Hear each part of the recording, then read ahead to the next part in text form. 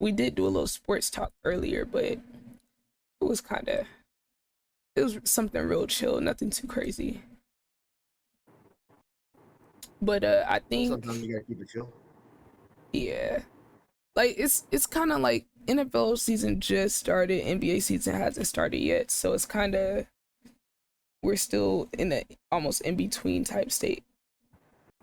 So chat, this is Doc. I know you guys see him in the chat. Doc 5. Hold on, let me give him a shouty. Make sure y'all go drop him a follow. So yeah, we were supposed to do this on Sports Saturday, but I took like extra long. So that's completely my bad because I ended up going to sleep way later than I thought I would. And I I woke up figured at you like did. yeah, I woke up at like 5 5 or yeah, 5 o'clock PM. So that was way later than I thought, chat. But we're good. We're here now. I think I had a few questions for you about some things, but I know you had a topic that you want to kind of talk about because you were telling me how you currently don't watch the NFL or you stopped watching back during the Kaepernick situation. So Right. I just want to hear your thoughts on that. So, and like I said, it's the viewpoint. Fortunately, it changed. I guess my viewpoint on it changed a little bit down the road because initially, when the whole thing started with um, players kneeling for the national anthem and kneeling for the flag, and me being a veteran, that that kind of hit home because like it wasn't the flag and it wasn't the national anthem. It was definitely a situation that needed to be looked at.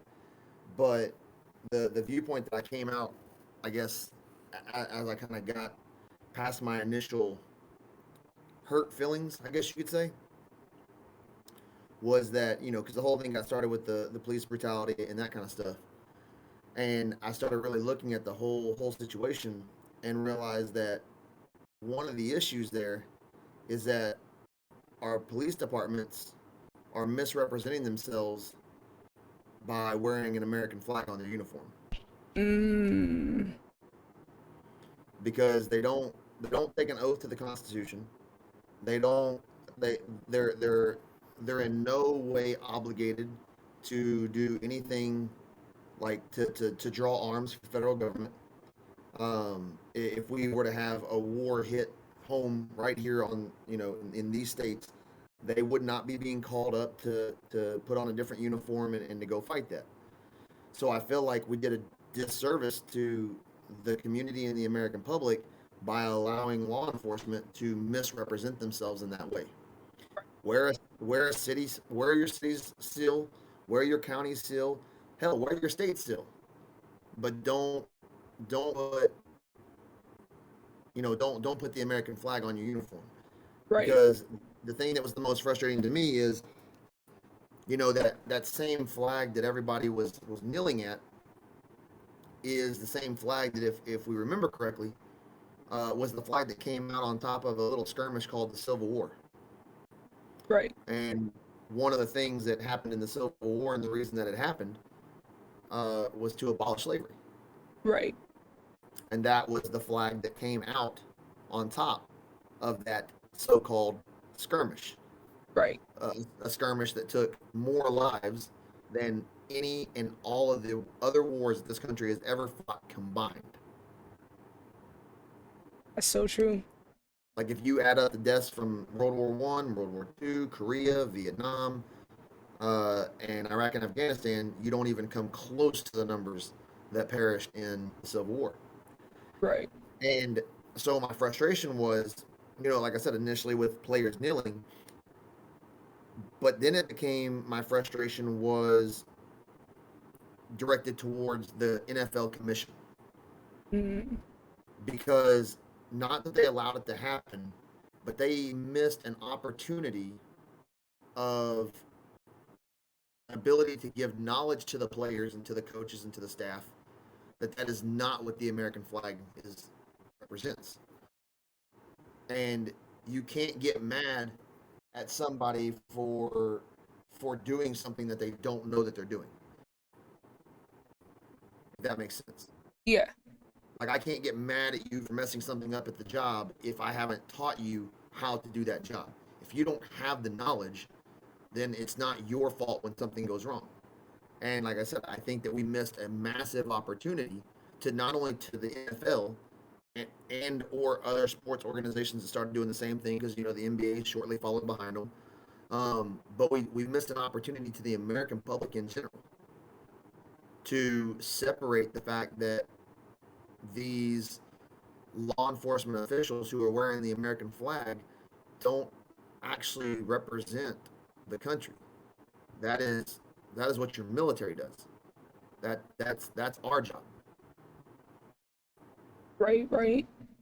And so like I said, my frustration was originally at the players, but then I started thinking about it like you can't you can't be frustrated at them when they're either A, they're following the propaganda that's put on the news, or B, like I said, the NFL commission could have and should have stepped in and used that as I guess, a training opportunity, and not just sit back and say, well, no, because I get the flip side of it. We have freedoms in this country, but I think that those freedoms would be more respected if more people realized where they came from, how they got there, and what actually represents that side.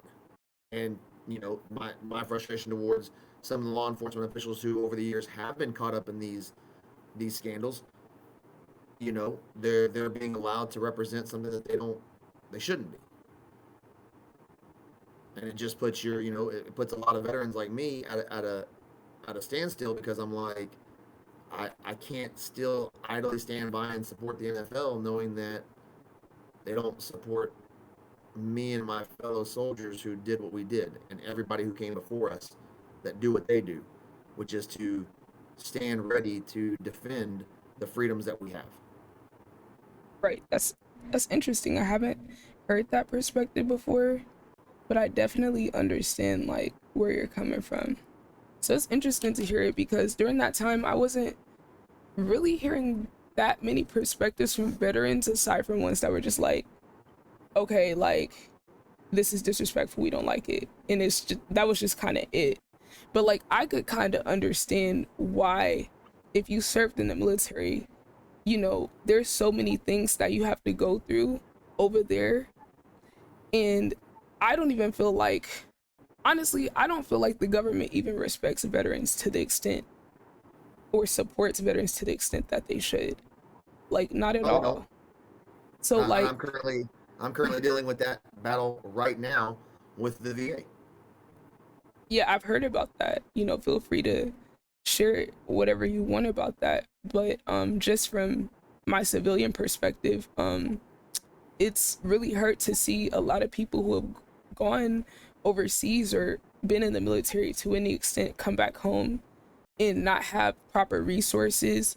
There's so many episodes of, I mean, do we need to go down the list of the type of things that people deal with, because the list is so expansive and none of them are addressed. And I just hate that there's not enough transitional resources, which to an extent, like some things, even if there are the resources, I don't think that certain things will even help that. I don't even think like some things like going through trauma, like there are some things that are experimental that are being done, but at the end of the day, these are life-changing experiences. And it's like veterans just get thrown back into society, and people don't know how to interact with that. Like citizens don't know how to interact with it. There's not enough support.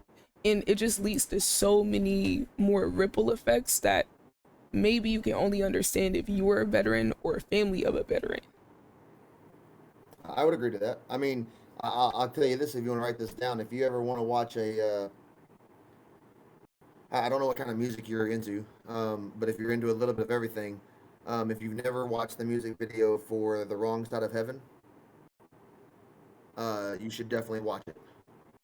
The Wrong Side of Heaven. Yep. Okay, I wrote that one. It's by you can either write down FF uh, DP or Five Finger Death Punch, Okay, got it. and they've got a music video, like the actual music video for it on YouTube is I want to say like 6.5 minutes, But Okay. it's there's been so many YouTubers who have done reviews on that video that it's absolutely ridiculous.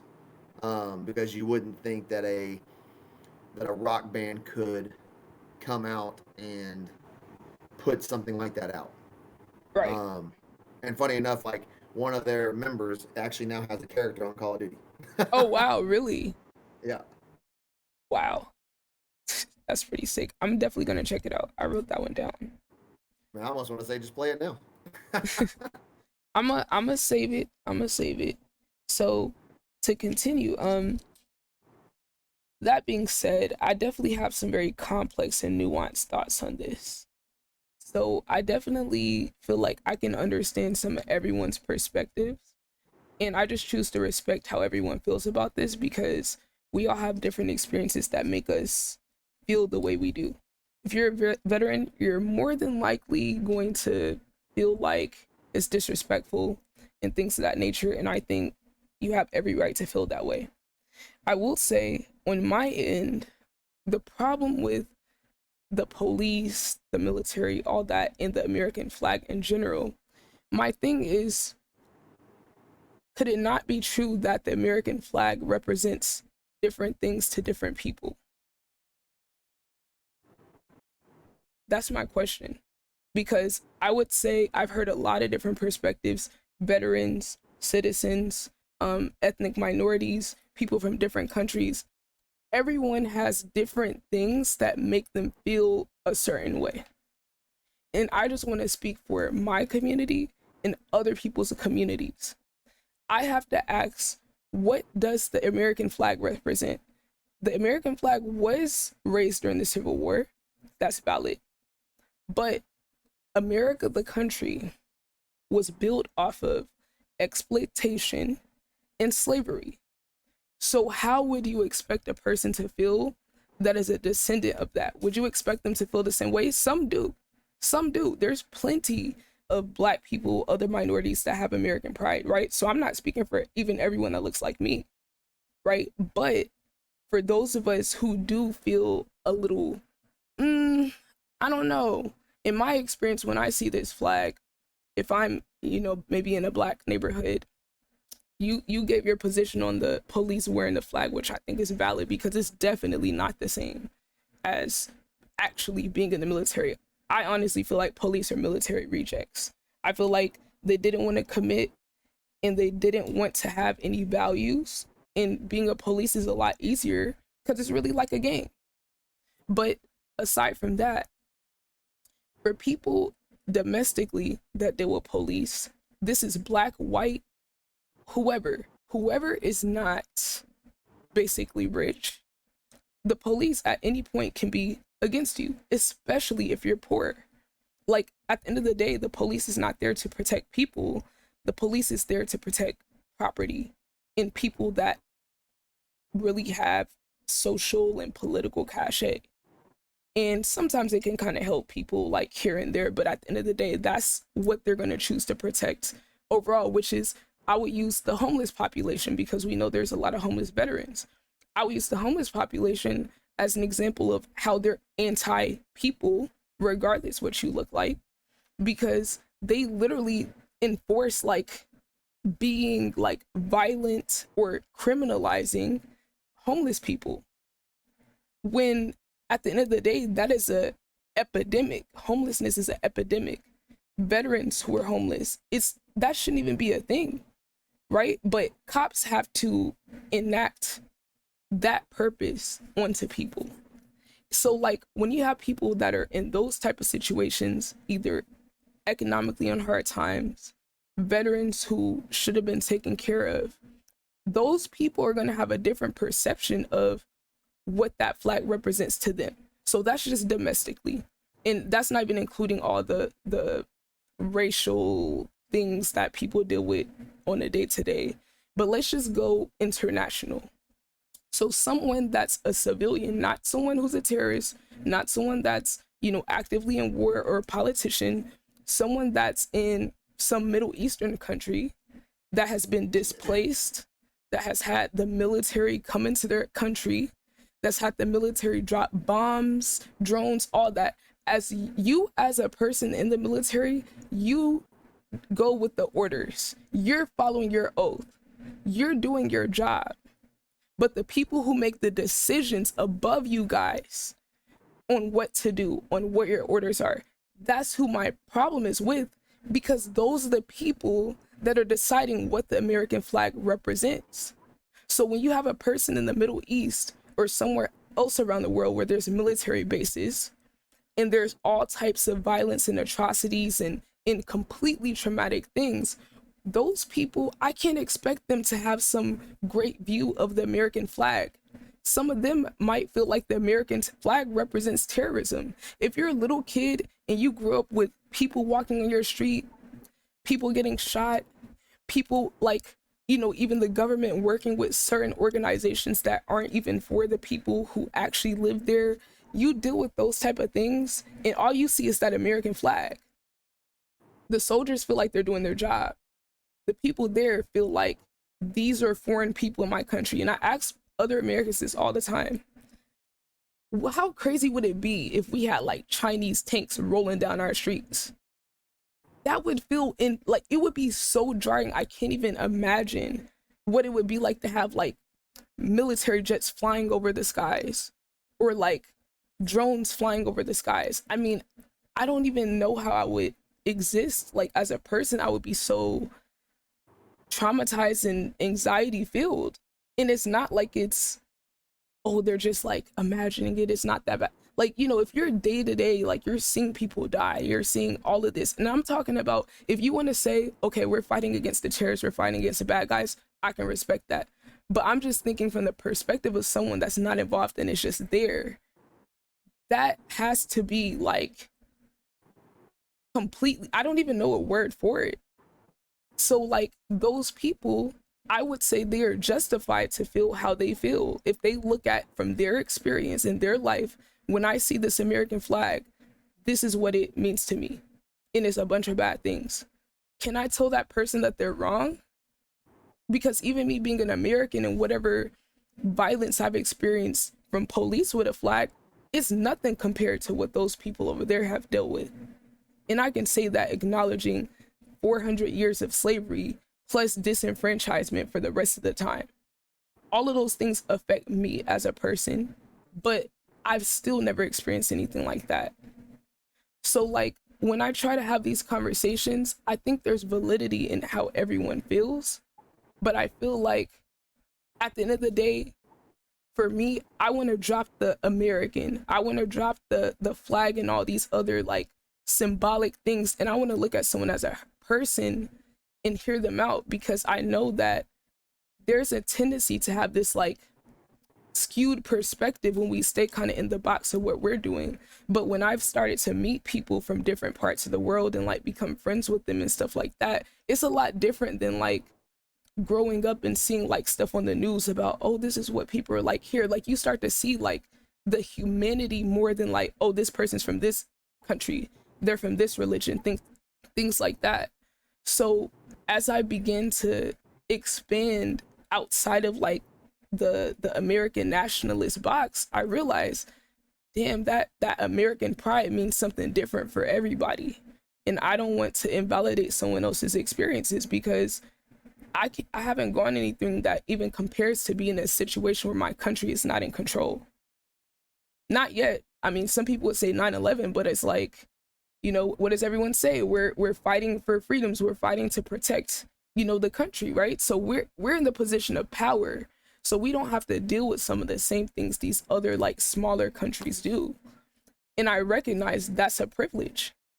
And there's people out here actually fighting, you know, like you, like other veterans who it's not like y'all are just fighting and then that's it. You know, you guys aren't robots. And that part makes me even more upset that like we have people who either do this because they have pride in their country, they want to stand for something, they want to take care of their family. You know, everyone has different reasons. These are people who, you guys don't get to pick and choose what you do. You guys do what you're told to do. And they give people reasons. And sometimes the military has even been lied to about what it is that the situation is.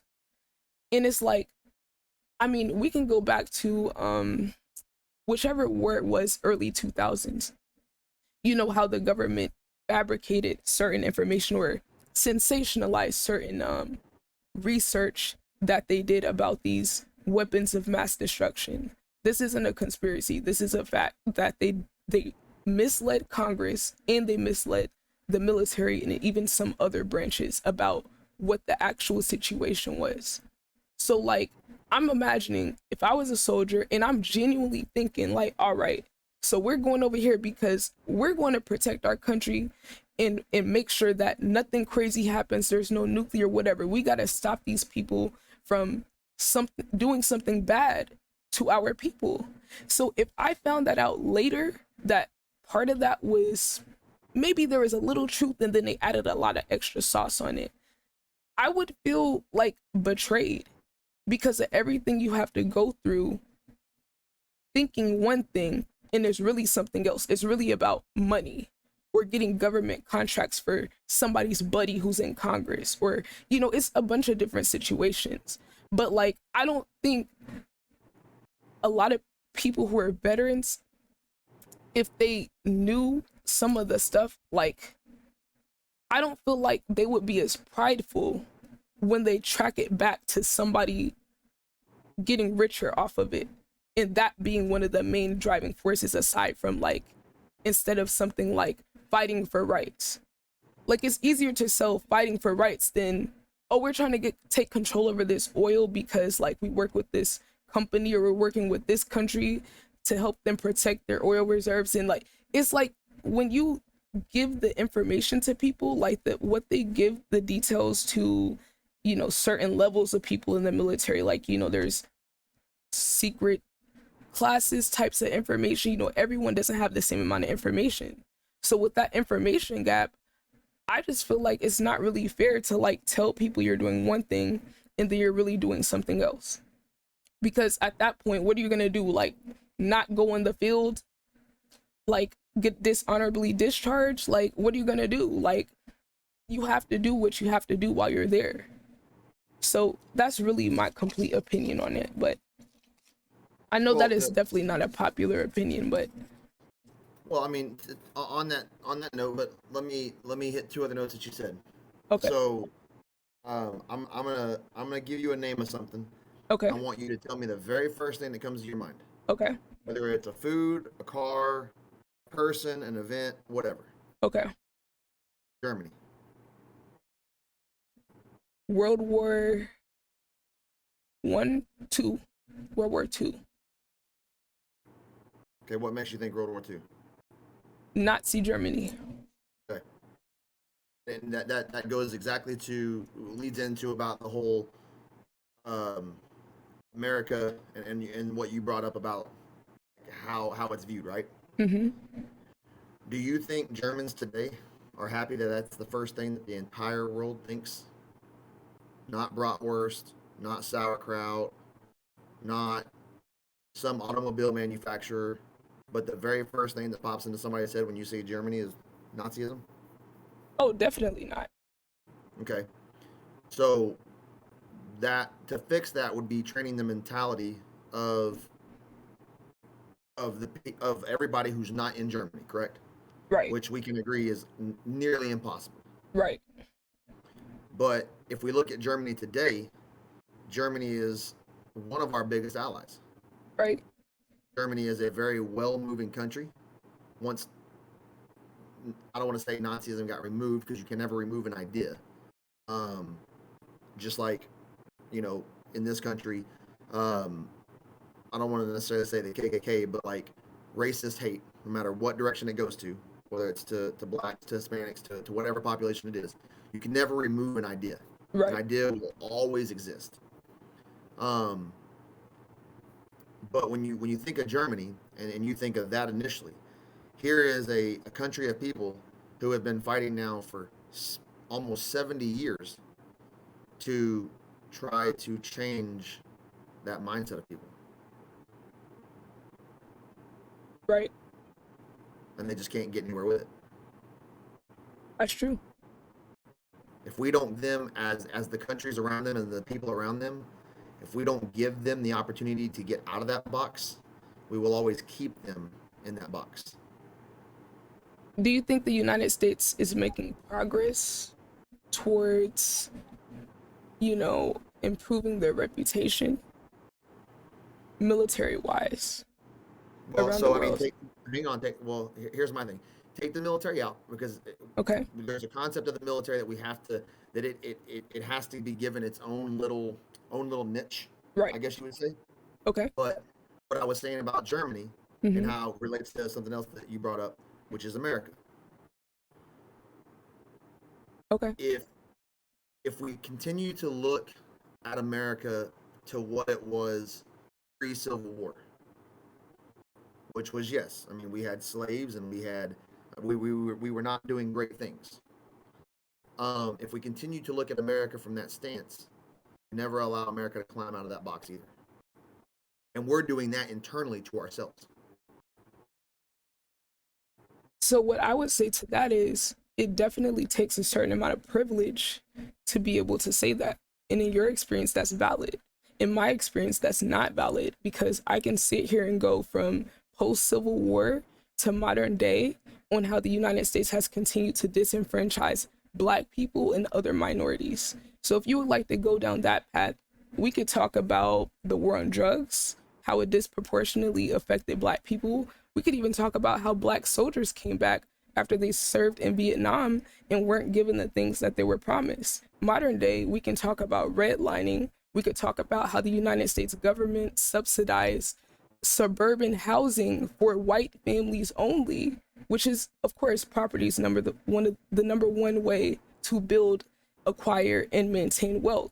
So if we have look at those things, no, it's not slavery, but it's definitely disenfranchisement. And I'm only talking about Black people right now. That's not including any other communities, but I'll speak for the things that I understand. So when I look at that and look at how that has trickled down and affected not just me, but multiple generations of people up to this point, I can't say that America is making strides when the system is literally designed to be this way. It wasn't an accident that the United States made sure that white families could get housing and Black families were moved into projects that weren't upkept. It's not a surprise or just a coincidence that it's much harder to get a loan as a Black person in this country. There was deeds on houses that literally said Black families cannot buy this. So people who actually were able to somehow scrape the money together to be able to afford their right to buy a house literally had the government conspiring against them for them to even have the opportunity. So when you look at me as a Black person, I don't care how much of humans we are, our experiences are significantly different, and that's not your fault, and that's not my fault. There's this mentality of pull yourself up by the bootstraps, which I get the concept, but the actual reality is vastly different than I think some of us can really understand from our perspective.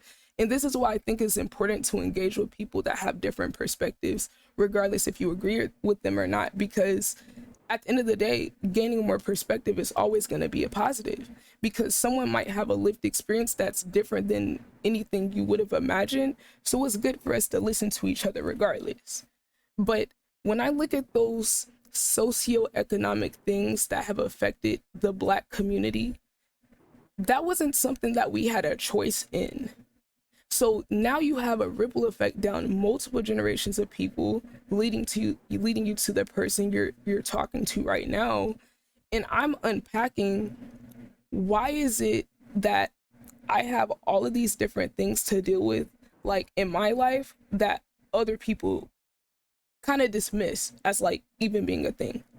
It's okay, America's free, you have the right to do this, you have the right to do that. Yes, you have the right to, but if we don't acknowledge how the past has affected where we are now, how are we going to actually progress if people can't even acknowledge how things led up to how they are now?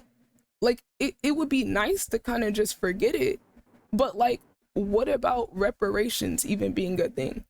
Like, that's something that most people scoff at even being a thing, but it's like, okay, some Native Americans have been able to get, stuff like that. We've even had policies in this country that have incentivized immigrants to come here and be able to establish businesses and all sorts of things. But have things like that been put in place for Black people? Nah. And that's something that's not even like looked at as a possibility. So it's like, it's not like the government is going to do their part that they were supposed to compensate for what happened and the wealth that was accumulated off of slavery. So obviously that's out of the question. It's not realistic to ask for that at this point, right? But the least we could do is actually like educate ourselves and listen to different perspectives about how are we having vastly different experiences in this country, and then going beyond race, how are we having similar experiences in this country across racial and ethnic lines? Because there's a lot of commonality between us. A lot of people in this country are underpaid. A lot of people in this country have to deal with police that criminalize things that are an effect of the system. Let's look at the crack epidemic. Let's look at the opioid epidemic, right? Those are two things that have affected people all across the country. And who is the reason that like these things like even happened, or people are even getting this addicted to opioids? Oh, it's because the United States government, or let's just say the FDA, which is a branch, let's just say they were in cahoots with pharmaceutical companies to even put the medications we have on the market. But the ripple effect of it there's no cleanup for that. And there's no cleanup for the ripple effects that has on communities financially and socially either. We just kind of all have to deal with it. And then people who are addicted to drugs are criminalized, put in jail, taken away from their families, taken out of their families economically. And then it just causes more and more poverty. Where's the investment in education? So like, there's so many things that I have a problem with, and it doesn't mean that I don't like the country. I like the people in the country. I respect the people that fought for the country. But what I don't have respect for is how this country has disenfranchised my people, how this country has not respected veterans, how this country has allowed workers to be underpaid, not able to afford things, people living paycheck to paycheck, but everyone's doing what they were told they were supposed to do, which is work hard, and can't get anywhere. That's what I don't respect. How this country allows corporations to be put ahead of people. So that's what I think of when I think of the American flag. And no, I'm not happy about that. I would like there to be a separate flag for American people, because I just don't feel like our flag represents us. I don't. I feel like it represents corporations. I feel like it represents industries. I don't feel like it represents people that live in the country. Well, and that's where I would pose this question then. Okay. Look at it from the stance that the American flag and the ideas that brought it where it is. Okay. Like the principles, like the founding principles of it. Yes. Okay. Which was, freedom for all, and everybody gets, everybody's treated as equal. I mean, you put in, you get what you put in, obviously. But remember this, the American flag doesn't have a choice as to who uses it as a banner. If that makes sense. Okay, so what happens when the original values don't line up with what's currently happening? Then you have to look at the people who are running it. I completely agree. Agree. But with that thought, though, is what I'm getting at is it's unfair to then turn and look at the flag and get mad at that. Because like I said, the flag doesn't dictate who waves it as their banner and what they're going to do underneath it. So you're saying it should be looked at more of an individualized thing rather than like the symbolism being the problem. 100%. I could definitely understand that. the flag is what it is. So back to your question about the military, right? Mhm.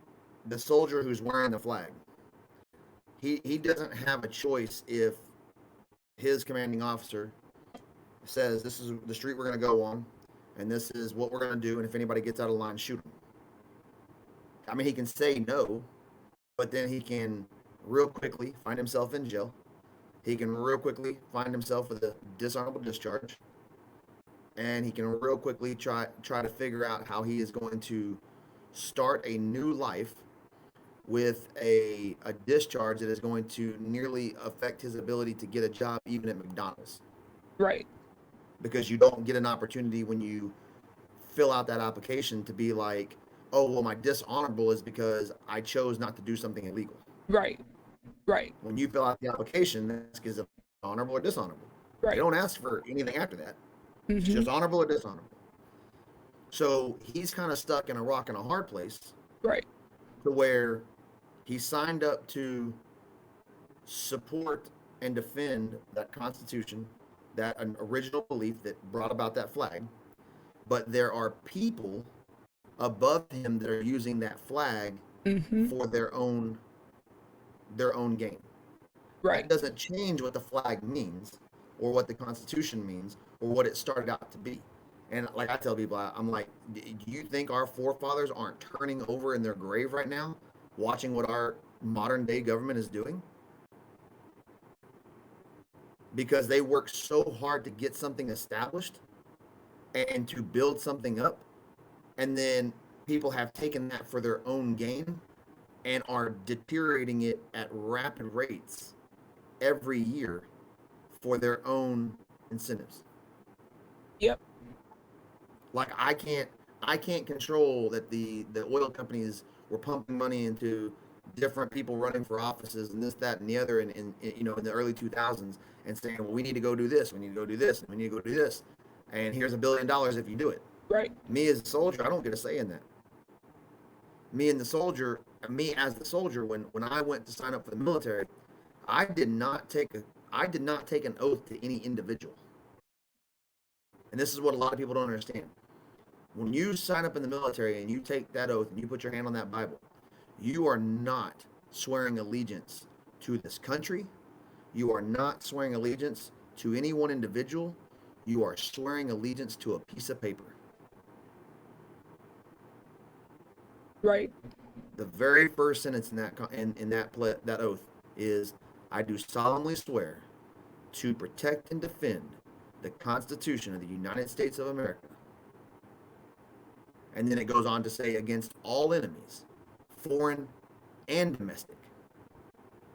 Now, we would love to be able to say, hey, this is not right, I'm not going to do it. But like I said, if you do that, there's a whole path that you're about to get stuck on that you'll be lucky if you come out even in one piece. Because What's like the I said, name you're of going to that? end up with it. What's the name Do of what? that? Isn't it start something with like a J? For what? The whatever the rule is, or that section that they take you to, it's not court, but like I know there's some type of specific section about like the consequences if you go against whatever it is. It Well, I might mean, be only for army, but they can trump it all the way up to treason if they want to. But I think what you're thinking of is oh my god, the moonshine is affecting my brain cells. it's okay. Um, oh crap. Chat, help me out here. If anybody in chat Oh knows the man, word, bro, it's like it's in the back of my brain. I just can't think of the full thing. I don't know why I can't think of it. Thank you for stopping by, Gemini Goddess. How are you, love? Damn.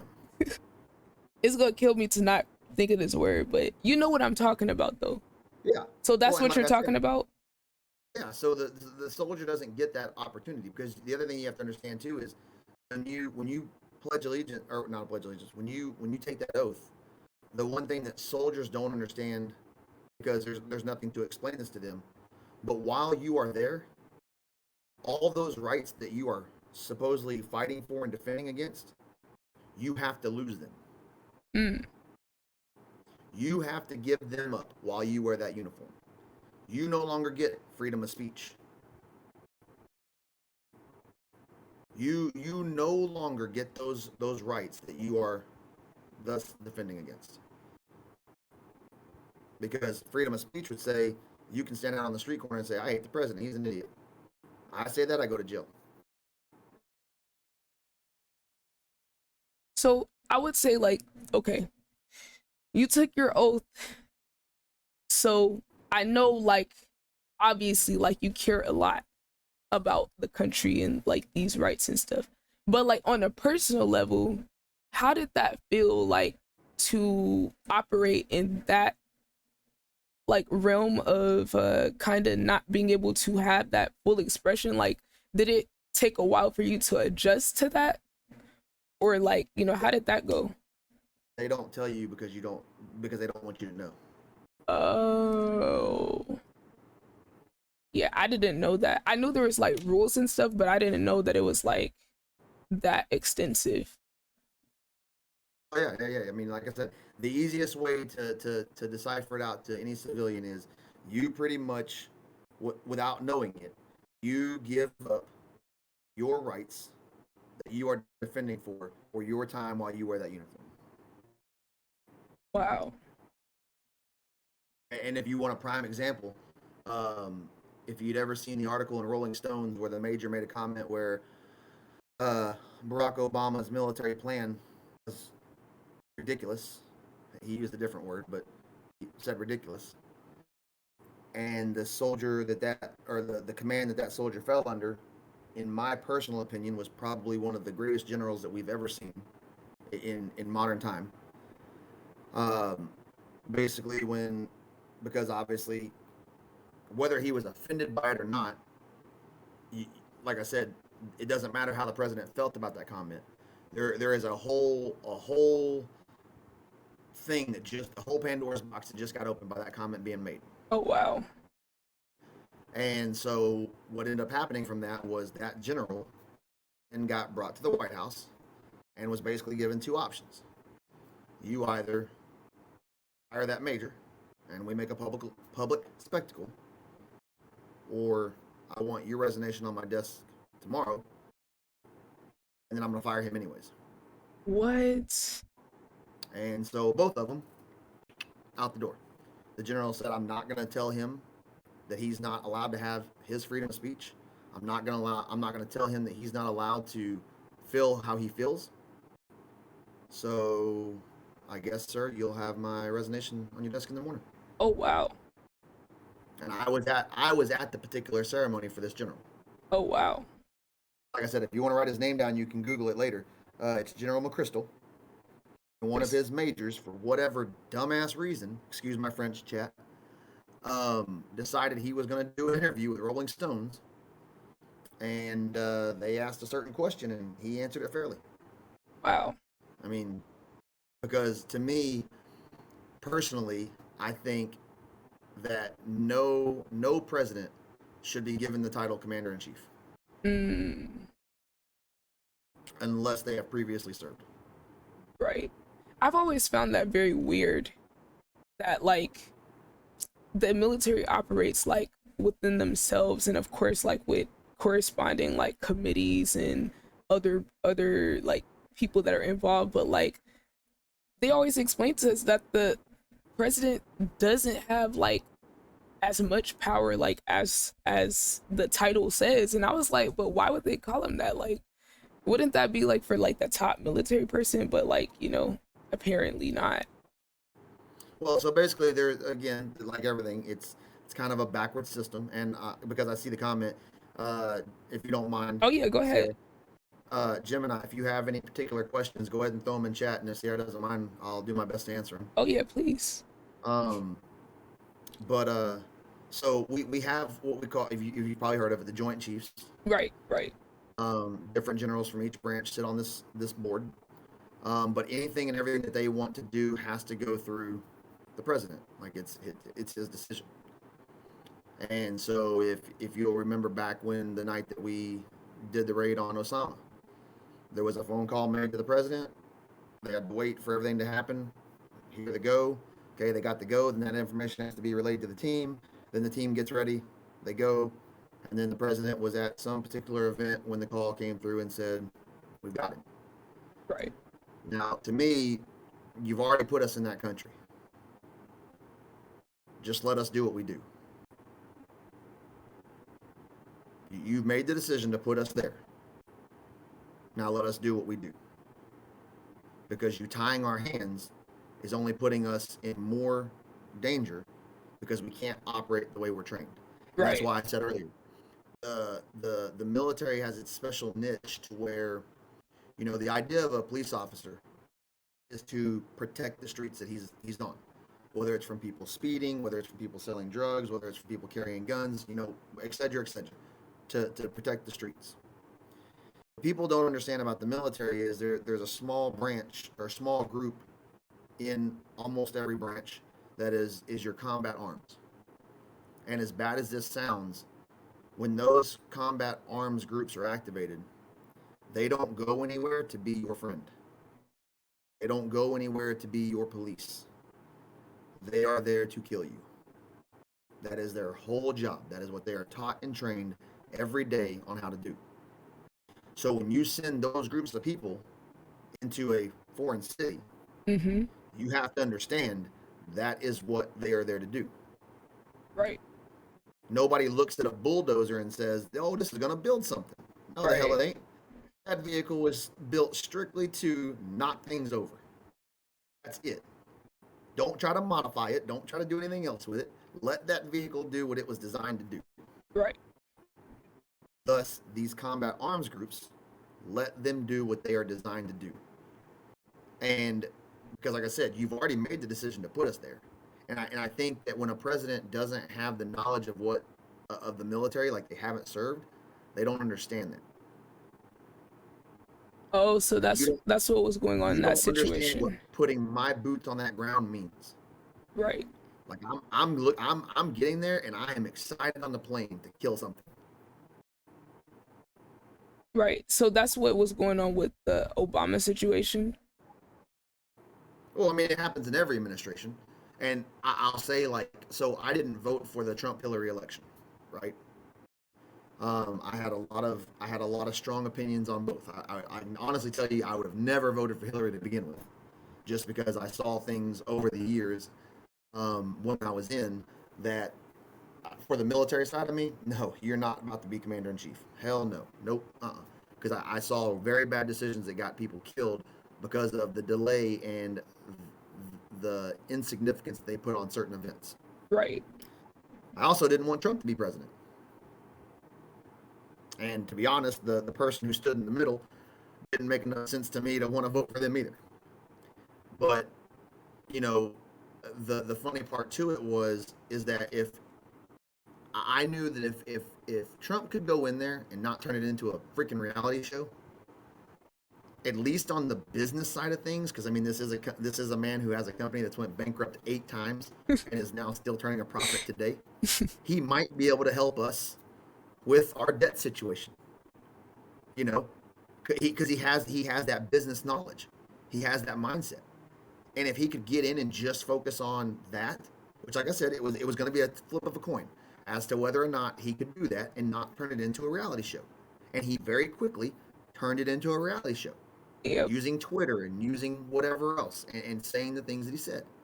But the one prop I will give him is when he took office, he called a meeting with his Joint Chiefs and he said, "Look, you guys are my military advisors. This is where we're at. Do what you need to do. If you need Right. money, let me know. If you need to make a move, do it." Because he knew that he doesn't see what's going on over there. And the amount of time that it takes to relay the information and have him understand it, for then him to make a decision, somebody's getting killed. Right. Or some high value targets escaping. Or something else. And we're missing windows of opportunity. Or we're just stuck in a place that we don't need to be for longer than we need to be there. So can I ask you a question about this whole dynamic? Do Sure. you feel like that, process of having to go to the president and, because of the title, do you feel like that's symbolic more than like effective? You know, because but based on what you're saying from your experience, it seems like you said, that delay can cause so many different things. Like, I don't know what the alternative would be, but it's like the people who were at the top of the branch, or, you know, they have all the information they need to have. I'm sure there's some process that needs to happen to like think it out, but it's like, really, should the president be involved aside from like people wanting to know that the president approved it? Like, how much does that even really matter? Well, and so that to me goes back to whichever president was in office when they made the decision in 2001 to put boots on the ground, right? Mm-hmm. Before boots hit the ground, there should have been a little drawn out piece of paper that said, these are our goals and these are our objectives. Right. This is what I want out of this. And quit micromanaging your team, give that to your generals, and get the hell out of the way. And Right. expect that they are going to represent America and its ideas in the utmost respect possible. And if they don't, then come in and fire them. But get Right. out of their way and let them do what they do. So I have another question. But Okay. So in regards to that, like, not even on anything conspiracy, but like, that makes me think, from your experience, like, you're saying those, that kind of stops progress, no thoughts. basically. It kind of stops progress and delays progress, and, you know, all types of things, like, and not having a clear objective. Like, I could imagine how that would be just not ideal once you actually have people there to not have like clear agendas, directives, all that. So would you say, like, it sounds crazy if I would say, I don't know, I feel like maybe they don't want to do something like that because the goals of the political people doesn't align with the values of the military people? Does that sound like something outrageous? Because like, I feel like that's the only reason that there would still be that much influence by people outside of the military, because there's, like you said, as a soldier, you don't know if there's some backdoor deal between someone in Congress and some company or industry. You wouldn't know that. So, but it's like, if it was completely in the military's hands, they're not thinking about that unless they're getting paid or something under the table. But like, the military's not thinking about all of that. They're just thinking about, what is the objective? What are we supposed to protect? What people are we supposed to be targeting and all that?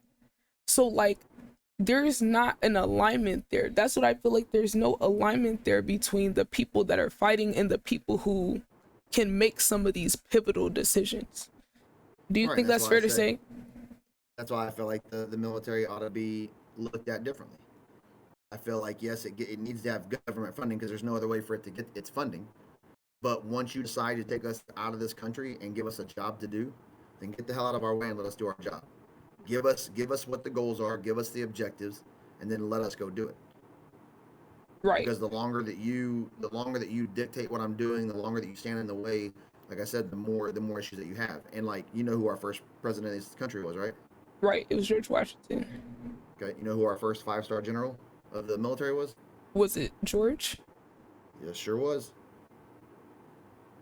Right. So when this country back then, when it went to war or it had those thoughts, your president understood what the potential devastating factor that the military can hold, as well as knew the potential devastating factor that the military would receive. Right. So it's not just about how many people on the other side are we going to kill, it's about how many people on our side are we going to lose doing Yep. it. Yep. Exactly. And then aside from people that you lose, like, including the effect that it's gonna have across the people who are remaining their lives. You Oh, know, 100%. I like, mean, the I people just, that are maimed, the people that are, right. the people that can't sleep at night because of PTSD, and those are all, those are all side effects of potentially joining the military and the military going to war. So the person themselves that's swearing in, they need to understand that and they accept that. It's part of the swearing in process. Um, you know, and though you're not always given all the information, it's definitely your responsibility to go in and do some research, to know. But there are definitely a lot of things that you will never know until it happens. And that's why I said I really believe like it needs to have its own little sector because, like I said, we do wear that flag. Unfortunately, we nowadays represent the goals of the administration, not the goals of America's heritage, Right. not the goals of the Constitution. It's it's the pocketbooks that are getting lined. It's the it's all that stuff, not not a not the country. Right. Because yes, I mean war is the most profitable thing possible that you can have for a person. That's just so unfortunate. I mean, I definitely get what you're saying about like understanding what you're getting into going into it, but like I get what you're saying, but I'm gonna be a little bit more generous here with people that go to the military. Like, yes, you do sign up, you could ask around, look things up, but I just don't think there's anything that can prepare you for the ramifications that come along with it. Because I'm imagining someone that's, poor, or someone who has a lot of pride for their country or has values, and them having that in the front of their mind when they decide to do it versus the things that they have to deal with that they couldn't have possibly prepared for. And on a human level, like that hurts, that people, their lives are so affected by it, and they have good values and good ideas in their heart, and their heart's in the right place, but politicians are using that to their advantage. They're using that to pursue their own interests. And like, to me, that feels like betrayal of the people that are actually out there doing the work and having to be there. Well, and that's why I said I think the separation ought to be that the president doesn't control and Congress doesn't control what the military, like, let's say if it was separated to where the generals had the opportunity back in 2001 to say, okay, what are our goals here? Right. And they say, well, weapons of mass destruction. Okay, well, those generals have a lot of resources. They go out and they do some research. Well, I didn't find any weapons of mass destruction. I'm not putting my guys over there. Right. Because if they could, they would. Because it's almost like Most likely, the yeah. Because politicians are they using don't want to see their soldiers get hurt. exactly. And that's the But they don't part. have that. But even those generals don't have that option Right. because just like everybody else, they don't have a freedom of speech to say what they want to say. They don't have freedom of speech to do what they want to do. And so they're stuck with Congress comes out and says, "Well, we're putting boots on the ground tomorrow." Then they got to make a phone call and say, "Get your guys ready. We're gonna hit the ground and we're just gonna go." That's just so like dehumanizing. Like, I No, and that's understand why, it's like I a said, job, but like still like it's it's hard for me to imagine like being in that position, because like even being here is just a privilege to, like you said, have the rights that someone in the military even doesn't have. And I feel like the onus is on us citizens and families of these veterans to like try to speak up more. Like, and it's like, to what extent is what we say going to affect anything when people's pockets are lined by corporations and there's interest beyond all of us? But like, I think this type of thing is like, the problem is the system, like in the military, and how all the vets and everything is affected in active duty. Like, how everyone's affected is so, it's so far beyond anything that we can like just fix like this, because the problem starts at the top. So like, for me, it just leaves me kind of pessimistic, because I'm like, okay, like, soldiers and other military people and veterans, they all have their opinions, but it's like, even citizens, all of us together, how much does our opinion matter more than like these people that are making all these decisions and telling us is one thing and there's really something else? Like, it leaves me feeling kind of hopeless, honestly, because it's like the government doesn't care about the effect that it has on the people who are actually going to fight the war. Like they treat the military like they're robots, and like that's just so disheartening because, like you said, these are real people. Would the people who are actually on the ground want to go send their people away to die? If they knew there's another way to find a solution without that happening, I'm almost certain that most people in the military would choose the option that keeps the most people alive. But because of other people's interests, the military has been put in positions that are compromising to them just because someone else wants to make a little money or get a little bit more influence here or whatever. And Well, that's there's a really key it. word. Hmm. There's a key word to that. Until we can get people voted in office that are selfless instead of selfish, it's never going to change. Exactly. Exactly. And And when that's have where, we had someone that advocates for the military, like really at any high level? Like maybe we have some I mean, I'll people be that were honest. vets, but I mean, I mean, Trump did. That was why it was so interesting. I mean, that's one of, like I said, that was like one of the only key points that he would have had for a vote for me amongst. So that's the interesting thing. It's like he cared enough to raise pay. He cared enough to give better funding. He cared enough to try to implement some policies. But the flip side of his whole demeanor was you almost got us thrusted into a war with North Korea. true. I forgot about that. So because of your mouth, you almost sparked something that was that crazy that no matter how much you increase my monthly pay, you just got me stuck into a war that necessarily didn't have to happen yet. True. I'm not saying that a war with North Korea will never happen. I mean, if they continue down the path that they're going, us as the saviors of Earth, quote unquote, are going to have to jump in. Right. You know what I mean? And but doing that 20 years from now, as opposed to doing it now, because you ran your mouth, and you know, I'm a bigger guy. I've always had friends that we go out, I'm I'm that friend that they expect that is going to jump in and help them, and I normally am. Like if somebody starts picking on my friend, I will jump in and I will protect them.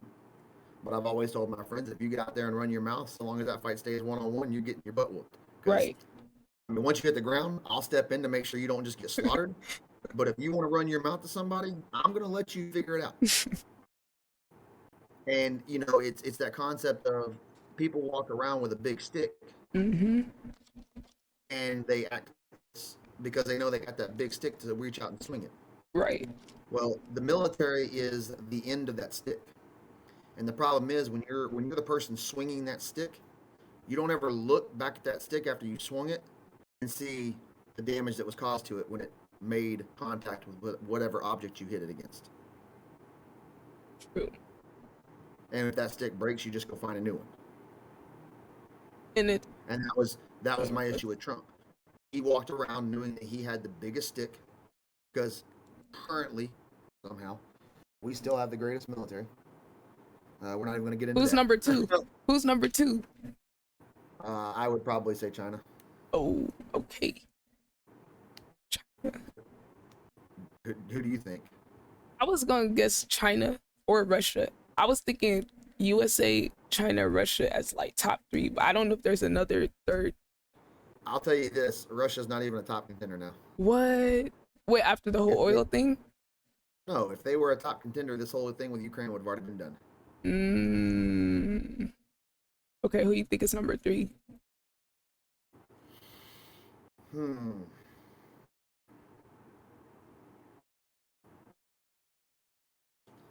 I don't know because every other country is pretty small. Like I would say that us and China are probably equal because China's Mm, manpower well exceeds ours. and I feel like I feel like their technology in their planes is probably as capable of ours. right, I feel like everything would be a pretty initial. It would be a 1v1 until you start counting numbers. and China's got, I don't even know how many millions in their military. Eesh. So boots on the ground, our soldiers would probably be outnumbered 7-1, maybe 8-1. Really? It's that much of a difference? Yeah, you Wow. realize that within, so again, this is what I was saying, that you understand that 1% of America's population serves in the military actively. Okay. 1% of our entire population. Okay, so we got about 300 something million. I don't know if it's 350 yet, but we have about 300 plus million people. So that's, what is that, like 3 million? Or is it, yeah, it's 3 million, I think. About 3 million, maybe? So is that just like active like combat, or is that literally Nope. everything combined? That's just in the military. Navy, Air Force, Coast Guard, Army, Marines. Oh wow. Now, I'm going to throw another number at you. Okay. Of that 1% is what we consider our combat arms. Wow, that's it? That would be your Navy SEALs, your Green Berets, your Army Infantry, your Marine Infantry. That's not anywhere near as like what I thought it was. So has Nope, the it's a number very gone down? Like has it always been like, do you know like about how much has changed, or was it higher at a certain point? well. I mean, obviously, it was higher in World War II because we had a draft. Right, right. So that brought the numbers way up. I would probably say that the fall started. I would say somewhere in between Vietnam and Korea. Okay. Oh wow. So that was all the way back then. Right. Was there a draft for Vietnam too? I don't think so. Okay. Because I remember one of those Hi, like Kim John. Sorry, I saw his cowboy man. oh yeah, I'm Uh, gonna read you Gemini got his question after this, but my last question was so wasn't there one of those words where like people were protesting against the draft? I thought they did it anyway, but that might have been Vietnam. Because I think it was like I, the 70s, I don't think 80s. Vietnam had a draft. I think it was World War II was our last draft. I think people protested Vietnam just because, again, there was no clear understanding. Right. It's people making a decision, and then telling the military what it's going to go do, not allowing the military to go look and say, "Hey, I don't really think this requires us." Like, Right. I think America needs to understand, if people over there want to fight, let them fight. I mean, Right.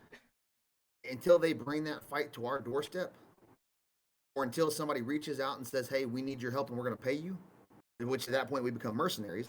So then you really have to decide, where your moral compass is.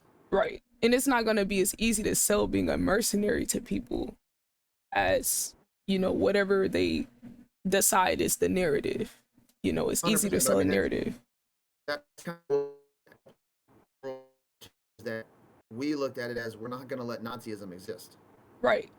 and that's what derived NATO, and NATO standing there as that world protector, which is a bunch of different countries coming together. But for whatever reason, it's always America that's the first one to jump up and say, "Okay, we'll go."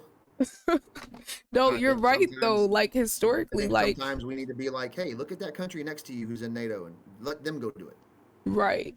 Because you know what? That's so true. Because I never really hear about these other countries like deciding to go to XYZ places. Usually they're collaborating with the United States to give them backup or intelligence or whatever. That's usually I they're promise you supporting this: us. Canada didn't break the icicles off of their jets and head over to Afghanistan until we got there. Man, that's crazy though. And yeah, I like the point you made about like the whole mercenaries thing, because it's almost like that's how like the military is treated more so than as the military to protect the country. Is like politicians turning the military into mercenaries, which I think is honestly like I said, I just think it's betrayal to the people that took the oath and have the beliefs that they have. Like but obviously it's like, what control do we have over it, I guess. I can't expect people to like stop doing their job while they're in the field and be like, I'm not gonna stand for this. Like, I can't expect someone to do that. But like, I do feel like there needs to be a bigger conversation had about the ways this affects people, because I'm thinking about how treating the military like mercenaries makes it more dangerous for the military, like in the future, like as we move forward. Because it's like when you're saying, hey, let's be world police and go here, there, it's like now it's like you're making it greater threats to the military existing anywhere, from my perspective, because you Well, have all these it goes people. back to how we're viewed. Right. And like I said, it's already a skewed idea that even the population of Americans who don't serve and don't understand this. Like I said, the military as a whole is there to help. I mean, we've got, like I said, we've got that other 99% of the military that's jobs like construction, medics, hospital staff, communications people. So they go into Iraq and they go into Afghanistan and they help rebuild these cities that 1% comes in and demolishes. Right. But that goes back to, you have to understand that 1%, that's your bulldozer. Like, that's their job. They're not there to be anybody's friend.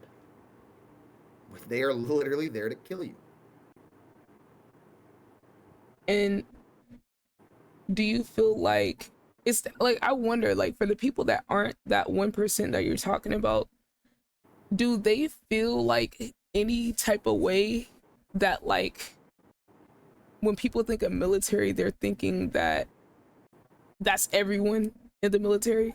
Like, has there ever been anyone that's been like, I don't know, like a military police officer or like a constructor or something, and they talk about maybe the reputation that they have as being, they think civilians think everyone is in combat, basically, is what I'm saying. So I wonder, is there ever any like, it doesn't have to be anything bad per se, but like, oh, I'm not one of those guys. Is there any dynamic like that between the different roles that people have? Or is it more unity, like we're all, you know? I mean, I like to call it a swinging eggplant contest. Oh God, okay. That way we can keep it moderated for Yeah. chat. Um, Nobody wants to be thought of as less than somebody else. But there's a very distinct difference when you go to an army recruiter and you walk in and say, I want to be infantry. Or when you go into the army recruiter and say, I want to fly a UAV. Mm,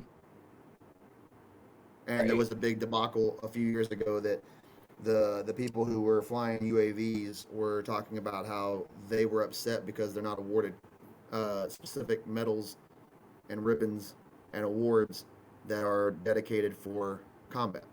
Mm, So essentially, pretty much for the Army, everything starting at the Purple Heart and up is essentially majorly given out for a combat role. right. So, like a UAV pilot made the comment, well, I think it's BS that I can't be awarded a Purple Heart.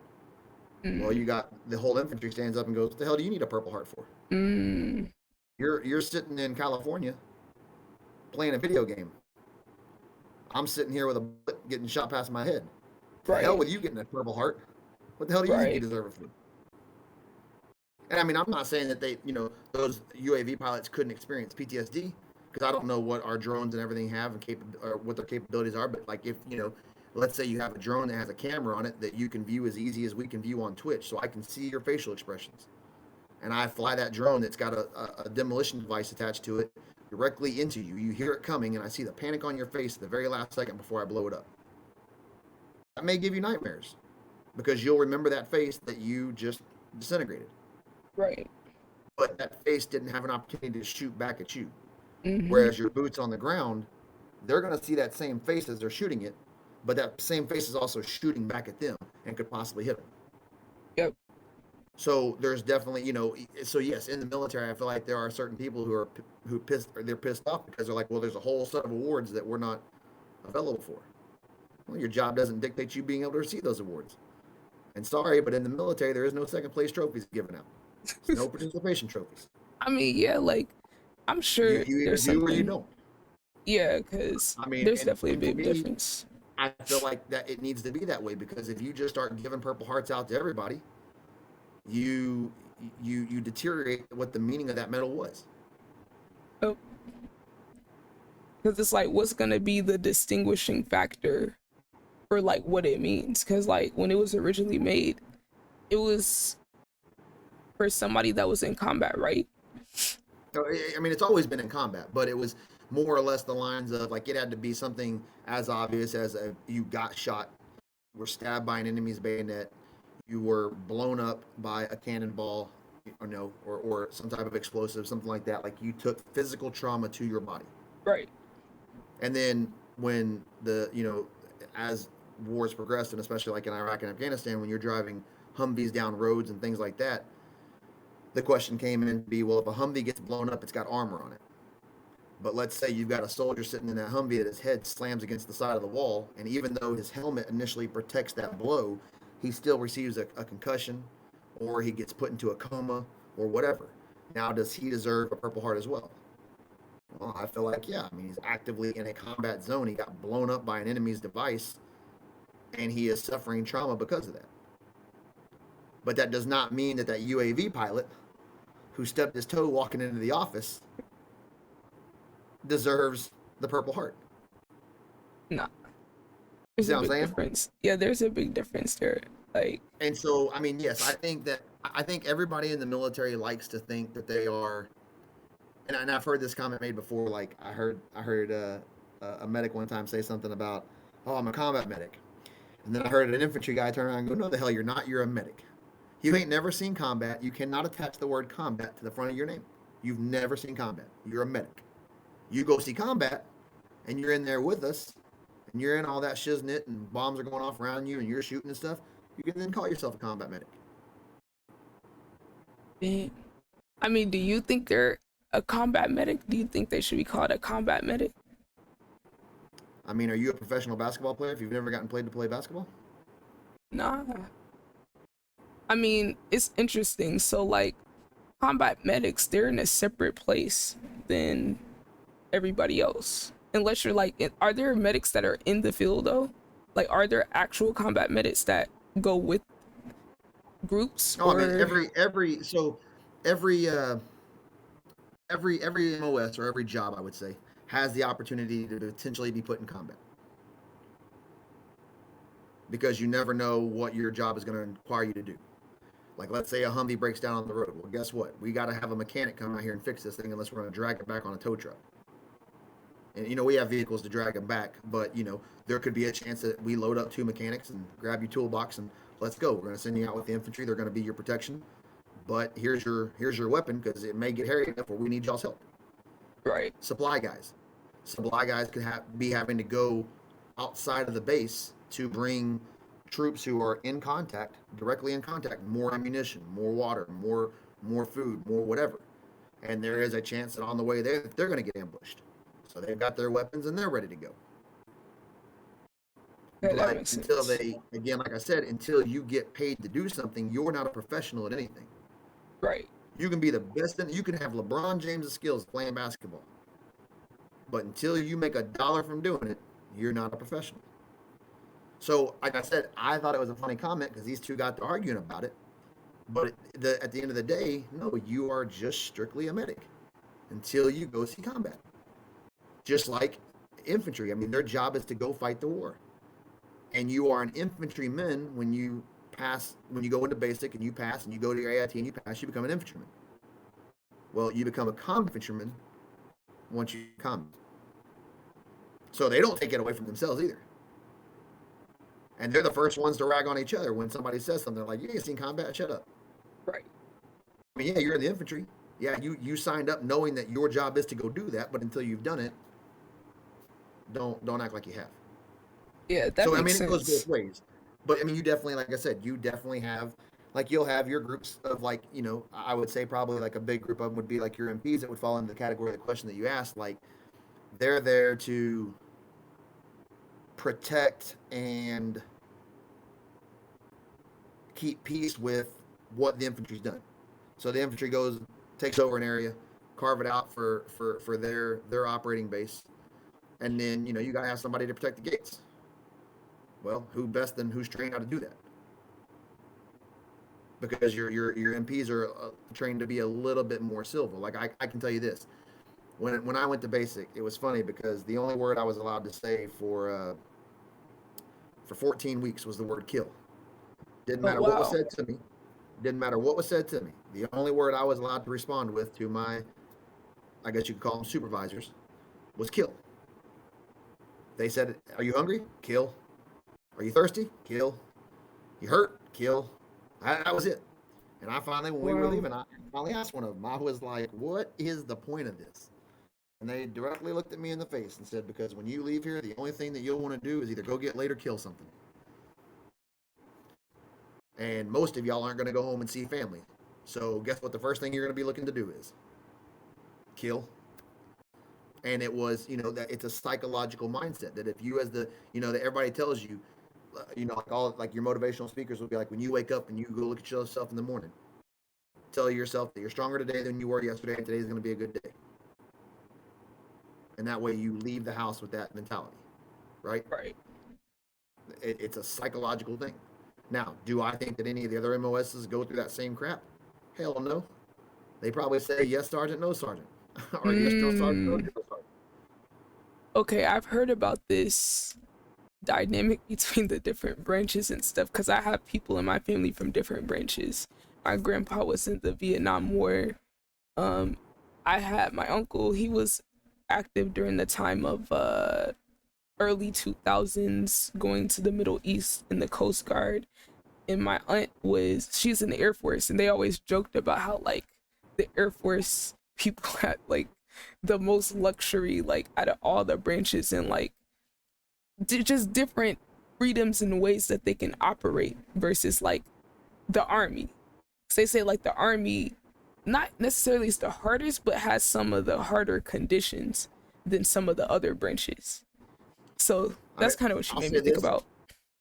Yes, that joke has always been around. Like, instead of calling them the Air Force, we call them the Chair Force. Spend a lot of their time sitting down.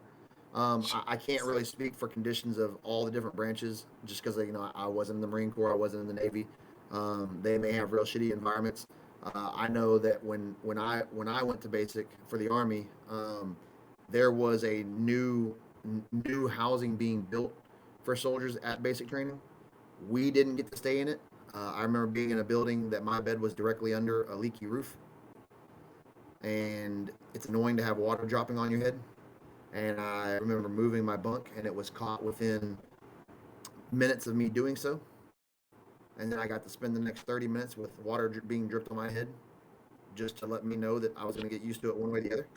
And then my bed got moved, and next time it rained, I got dripped on again.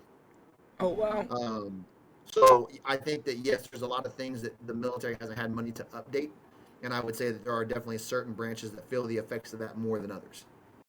Our barracks didn't have AC in them, and I'll tell you, Georgia in the summertime is not where you want to be and have no AC. Oh wow. I I mean, never slept. I never slept butt naked until I got to the army, and oh I was wow. looking for any way possible to stay cool. Sheesh. I mean, it's amazing how much money goes to the budget, but like doesn't trickle all the way down like to stuff like that. Cause like I've seen some military buildings or like going to like VAs and different things like that. And it's like you would think that like there would be upgrades and stuff. But Well, like, I mean, keep in mind the VA is definitely they're definitely under a separate budget than the military. So that okay, that that that itself is a whole other ballgame, which I'm currently dealing with that bullshit, and we could definitely chat about that if you wanted. But like there are you know I was annoyed by the water dripping on my head because I had come from a house that didn't have a leaky roof. Um, but that that hardship is definitely what I needed because you needed to understand that you are no longer in a comfort zone. Because when you leave here, you're not going to a comfortable environment. And that's why like it pisses me off today when I find out that soldiers in basic are getting their cell phones. Oh wait, they're giving phones? Yeah, Wow. and they've got supposedly they've got stress cards and all this other kind of crap. I don't exactly know to the thorough extent of all of that, which is real. I do know they Mm. are getting their phones. I know when I got to basic, I was allowed to have my phone for long enough time to take out to write down the numbers that were going to be important to me if I was lucky enough to be able to get phone privileges that I could call and or addresses that I could get out of my phone for people that I wanted to send a letter home to as to when I was graduating. Oh wow. Wow. And then I didn't see my phone again. I didn't see my phone again for 16 weeks. Okay, I don't know which branches that's in. If you're saying it's a thing, I'm gonna assume it's a thing somewhere. That's different. My friend Barrett just signed up with the Navy. So when he went to basic, he didn't get to have his phone for however long the basic is for the Navy. So interesting. I didn't think that would be a negotiable thing at any point, but okay. Well, and again, it's all different. But like for us, um, you could find time to write a letter, which mainly meant you were cutting into your time to sleep, and you better do it very cautiously and don't get caught doing it because you're going to get in trouble. Because when they tell you lights are out, it's time to sleep. That's your only option is to sleep. Now you can use that time to do other things if you would like to, just don't get caught doing it. But I remember so for 3 weeks we didn't even have the opportunity to see letters coming back to us. Oh Well, wow. when our drill sergeants finally decided that now is the appropriate time to let you have letters, they got this big ass sack out that was filled with probably, I don't know, 200, 300 letters.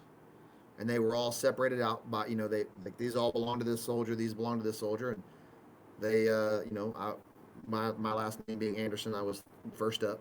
And they looked at me and they go, do you want your letters? And I was like, yeah. And they said, okay. And I remember I had 4 of them. And they said, all right, do 50 push-ups.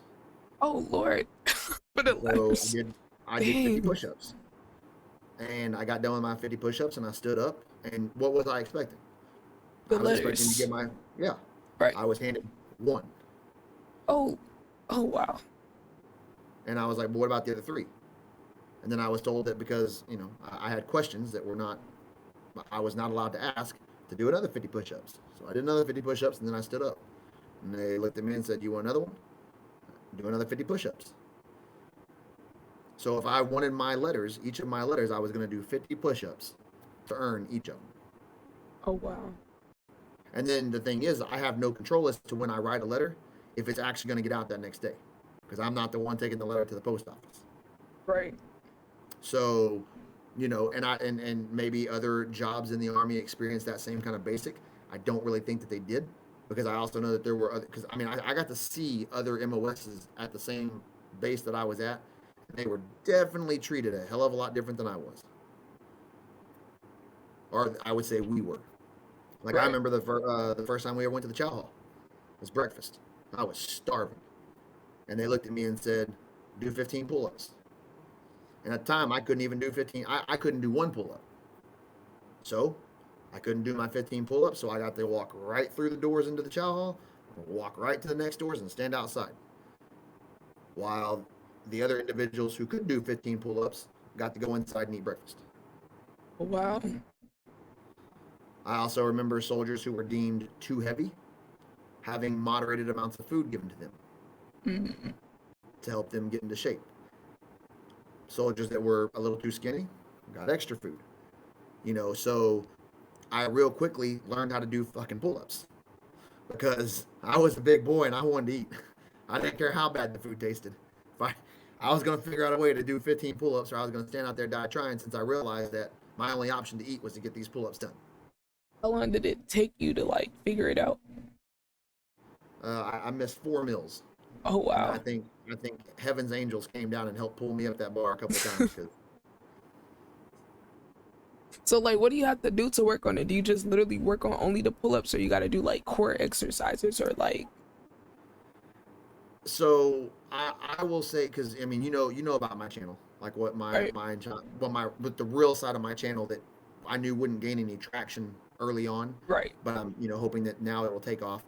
Um, I've never been up until about probably I would say oh, 10 years ago or so. I've never been good at pull-ups. Um, and for me it was definitely a mind muscle connection. And for most normal people it's the same thing. It's not that you don't have the strength for it, it's you're trying to use the wrong muscle. Mm, And I've learned that there is a way to wedge your body at a certain angle to where you generate the muscle that needs to be working to do the pull up. So the pull up is designed to work the back. 90% of people who don't know what they're doing are trying to pull with their arms. oh my God. Well, your arms That's can so put, true. for some people, your arms can get you up to the top of that bar a couple of times, Right. but it's not going to be able to do it repetitively. However, your back can easily, if I attached weight to a sled and gave you a rope and you had to face that sled and pull that sled to you, I could probably put your body weight on there and you could pull it to you. But if I told you that you could only use arms and positioned you in a way that only your arms could work, your arms probably couldn't pull your body weight.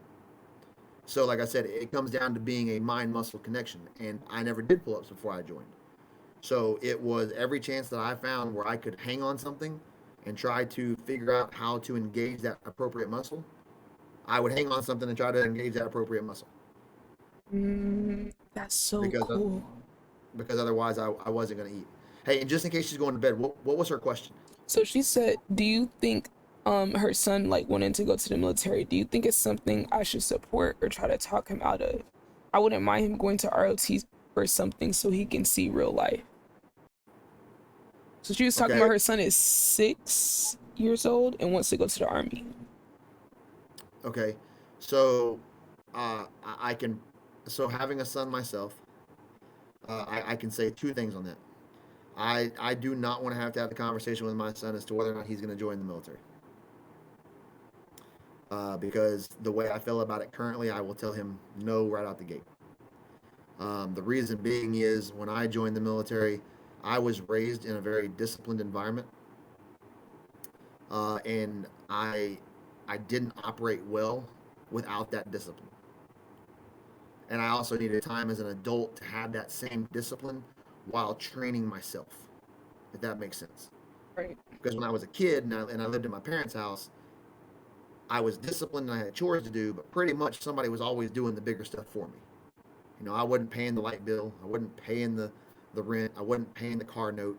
I wasn't really working because back then, my family knew that I mean, I had a job that was part time hours, like I wasn't making any major money. Um, but my job then as a kid was to go to school and get good grades. And if me working 20 or 30 hours a week was going to come in between that, it's, there's a time to work and there's a time to learn. And when you're in high school, that's your time to learn. Like that's when you're going to figure out, is college for me? Is a trade school for me? Learn, find out a skill set that you're going to like and enjoy. And if you can't, college may be your option. If college isn't your option, whatever. I'll honestly tell you this too. When I joined the army, it, there was an initial selfish reason. Like the two men in my family that I looked up to were both my grandfathers. Both of them served in World War II. Both of them had very meritorious careers. Both of them were highly, highly, highly awarded. So there was a little bit of a reputation at that time, being the last male in my bloodline to serve and keep that going. Um, but there was also a very selfish reason because when I got out of high school, one of my buddies, we graduated in May, and he shipped out in November. We were supposed to go sign up together, and I checked out the first time we went, and I was like, "No, I'm good." So he signed up, and that was the end of that. But I remember when he came home from basic, so he and I both were virgins all the way through high school. Um, we went to a pool hall his very first night home, and I had never seen him get that much attention from the opposite sex. Was he wearing his I, military uniform? nope, nope, just Oh just his wow. posture, the way he held himself, the way he conducted himself, and I was like, well, damn, I'm joining the army because I'm tired of being. So, so there was an But initial reaction there that I was like, damn, this dude's home for 14 days and he's got something lined up for all 14 days. Like, you know. Um, but then the flip side of me when I got there realized that when I was in basic, I was like, there is no female woman part on this earth that is worth the hell I'm going through Right. right now and continuing to go through for the next 16 weeks. Not one out there. So my mindset real quickly changed as to if I can't enjoy this, I need to figure out what step this is going to take me next in life. So about the ROTC comment, I was in ROTC in high school, and I will tell you, ROTC in high school is nothing in relatively accurate description of what the military is like, other than it's just one more adult telling you what to do wearing a uniform. Now, that is also just from the idea of the ROTC that I was in. Uh, it was an Air Force ROTC, so once again, I can see why maybe we had a little bit more luxuries and weren't getting yelled at. Like I did know that some of my other friends at other high schools that went to different ROTC programs Mm-hmm. received. Um, for us, it was more or less an elective, and every Tuesday we had to wear our uniforms for inspection. Uh, and we got made fun of going through school all day because we were the geeks wearing the wannabe uniform. Yep. So I would say if your child's school offers that program and they do want to do it, let them do it. The other thing I'll say is with your child being 6, unless the military, and not even just the military, but unless this country really takes a different direction soon, like I said, the direction that it's going now and the direction that it is in from when I was in, I would not let my son join because I feel like he will come out being less disciplined and having a reason as to why he can act a fool as to coming out disciplined and being proud of something. Mm. Because there's a lot of people, a lot of younger kids now that look at it as, well, I serve, what benefit do I get? Well, shut up. You didn't serve to get a benefit. Number one, that was your that that was your first mistake. If you joined to get anything out of it, that was your first mistake right there. Because it wasn't, it's the old school saying. It's not about what Uncle Sam can do for you. It's about what you can do for Uncle Sam. So if you already go in with that mindset, then it's a loss.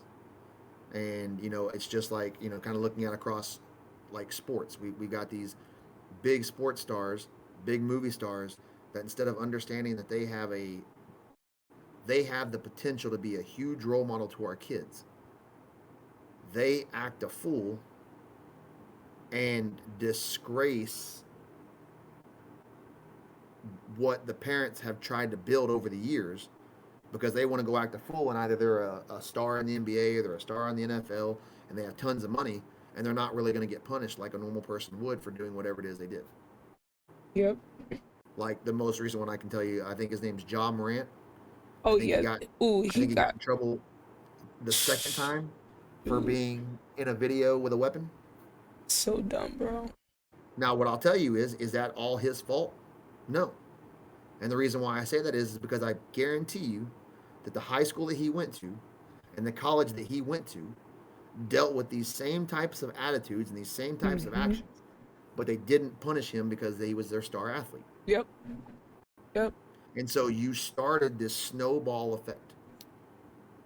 And now he's at a level to where he could literally change or direct the course of kids watching him. Yep. And he's doing a real shitty job at it. And if you worked for any other company and you were any other normal person, your company would come out and fire you. Yep. What's the NBA do? Oh, we'll fine you 20,000. Dude, he just signed $100 million contract. Do you think he gives a rat's ass about $20,000? Bro, they only gave him like less than half the seat. Like I was so well, I've been disgusted with how they've dealt with a lot of it's been a few players.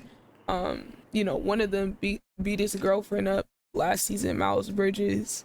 And then there's Ja, and then there's this new guy, Kevin Porter Jr., where his girlfriend is a WNBA player actually, and the stuff that they were saying like happened to that girl. I was just so disgusted because I'm like, I don't even trust the NBA to deal with this the right way, because the guy that beat his girlfriend up last year, and there was videos, and then her there was a vid of her kid talking about, like, recalling what happened, and like, oh, daddy threw mommy's phone, daddy hit mommy, da da da. Like, I was like, okay, there's no way y'all are gonna just like let him off easy. They only gave him like 30 game suspension, including last season, not for the next season, including last season, the games he wasn't playing when he got suspended during the investigation. And it's like, okay, now we have this other guy who got exposed for being his girlfriend. It's like, he's probably not even, he should be out the league. All of these guys should be out the league, but because they make whatever money, or the teams have so much pull and the ownership groups have so much influence, like, they're not gonna let their asset, go to waste, basically. Like, that's how they're looking at it, more than like needing to have morals and principles on stuff. And it's just so That goes back to unfortunate. my thing with the commission of the NFL back when the whole kneeling thing happened. You missed an opportunity to instruct. You missed an opportunity to teach. And now you guys are just as guilty as the person who made the video doing something stupid. And I think, like, it's tough because, you know, it's like in my mind I have to split things into how it ideally would be versus how it is, because it's like everything revolves around money. So if there's like any money to be gained, like, everything else is just like out the window. So like, Well, that goes back to the same concept of the government. Like I said, you have people in office who are looking at what it can do for them and not what they can do for it. Thus, money drives it, and that falls into 90% of the categories in every other aspect of life.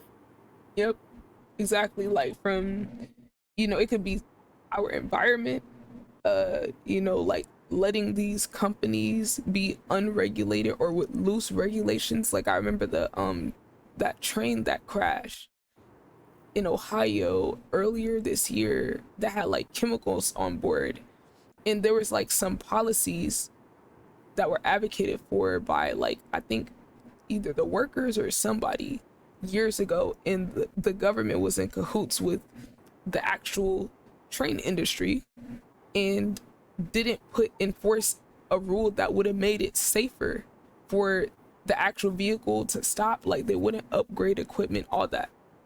And then we get something like that happen, and it's like, it's almost like people forgot that happened. But that chemical explosion went into the air and spread, like, in a radius, obviously, like, but even across state lines. And it's not like a bomb or anything going off, but it's more of like a chemical, the equivalent of like a chemical weapon exploding in a town of people. And it's like, well, there's no real consequences for that because certain Congress people are lobbying for these train industries. And it's like that in every, like, area of our society. And it's just, I don't have any I don't have much optimism. I mean, I think if people kind of wake up to this and decide this isn't what we want, maybe we could change something. But it seems like we're too distracted, like fighting over stuff that like doesn't matter. Well, and that's 100%. I mean, I would 100% agree with that. And so, what was her name? A Gemini goddess. Gemini. So what I would say, just to kind of wrap up on your question, the military does have a great attribute that if your son were to want to choose a job that could provide him a skill outside of the military, I I would not necessarily hinder it. So, like for instance, if my son came to me and was like, I want to do something in the medical field, or if I want to do something in like cybersecurity or something like that, then yeah, the military would be a great place to go to get free training, on the job training, and quite possibly, like I said, if things change a little bit between here and there, um, the ability to see a value outside of himself and how he can help others or be a part of a team to where it's not just me, me, me, me, me. Um, so I wouldn't necessarily write the whole idea off. Um, but I, like I said, I'd be very conscientious to what, because nobody, like I said, nobody asked me what my reason of joining was. And I'm sure if somebody in my family would have asked me and I'd have said because I want to get laid, they probably would have sat down and talked to me and been like, "Can we possibly think of any better reasons why you want to do this?" Right. Um, but like I said, I mean, if as a and being like I said, being 6 years old, I mean, hell, he next year he may want to go work for Tesla. Um, so I mean, I feel like it would be a little bit early, but I think that you have the benefit now over the next 12 years to just kind of watch and see how things transpire, to where when that question comes up, you have the ability to give pros and cons that you're not trying to sell one way or the other. Because I would definitely say, like, you could always take him to if you have a friend that's a veteran. And again, I would say, definitely finding a veteran who is not as old as I am, because like I said, I generally despise how the new people in the military are treated as opposed to how I was treated. I know that people who came in 20 years before me are despise how I was treated, because I was probably treated better than they were. Um, I mean, I would definitely say that I saw the run of the mill, like, I always hear like with their hands. I say that's false. Um, I watched one of our drill sergeants smoke a couple of kids. Um, so I mean, like I said, I would just, for me, it would be hard to want to agree with my son joining right now, because I think that unless unless I have installed an amount of discipline and self worth in him, he's not going to come out of that environment with it. And Mm, that to me is the biggest thing about what the military should be doing for anybody, is establishing an idea of selflessness, self worth, and motivating them to do something better with themselves, but not necessarily better for them. It's better for those around them, if that makes sense. yeah. And like I said, I think that that's, as we grow in the environment that we're growing in, and we're becoming more and more selfish every day, that I just, unless there's a change, I don't see that coming to fruition between now and then. I kind of feel that it's getting worse. Right. It's just only gonna like it's only going to make what was already there, whatever, you know, set of principles you had in terms of discipline and you're valuing yourself and others. It's only gonna heighten whatever that already is. That's basically what you're saying. Correct. Yeah. And I would say like I don't have a kid and I'm not a vet, but I was in Army ROTC. Um yeah, we would definitely get yelled at by drill sergeants, but I was more of a someone that was a little bit of a higher achiever in it, so I did a lot more other things like aside from just the class. So once Right. you get levels deeper into it, like doing what is it called, drill and things like that, like I watched a lot of the army drill team and stuff, and I was gonna be, if I did go to the army, I was gonna be like more in the military band or something. I wasn't trying to go actually be an infantry or anything. So, I never experienced anything that was like too crazy, but I have seen some schools that have way more like strict things. But the one thing it did teach me was discipline, like the concept of respect, the concept of there being like a chain of command. Team is a lot of team oriented things. There's a lot of community work that ROTC does, and learning, definitely teaching you to be more selfless, because when you are responsible for somebody else and then there's that chain of command, it's definitely something that if you haven't had a concept of that in your life, it could definitely open up your mind to it if you're taking it seriously. And I was a person Right. that took it seriously because I like doing things that require discipline and things that can keep me accountable and think of something bigger than myself. Like I'm the type of person that needs some type of structure in my life. So it definitely put me on a better path towards like, because I was in that when I was like 17, 18, or no, really like 15, 16. So that was a time in my life where I needed some idea of a structure, something to keep me, you know, in a box in a way, instead of just being willy-nilly, like just doing whatever. Principles are something that a lot of people don't, they might have some that are taught from their parents, but it can be a long time before you develop those. So sometimes it can help to have somewhat of a structure, especially having that interaction with a veteran, you know, in someone who actively served, having that as a person, to not just as a teacher, but as a mentor to some extent, definitely helped me a lot. Because I remember there was one time where I like got in an attitude or something, and we had a drill. We had the, well, it wasn't drill, but I was doing color guard. I was doing color guard, and I was the leader of the color guard. And I had got like an attitude with my sergeant, and she made me swap my place out with somebody else and sit in the crowd. And that was something that I probably needed to happen.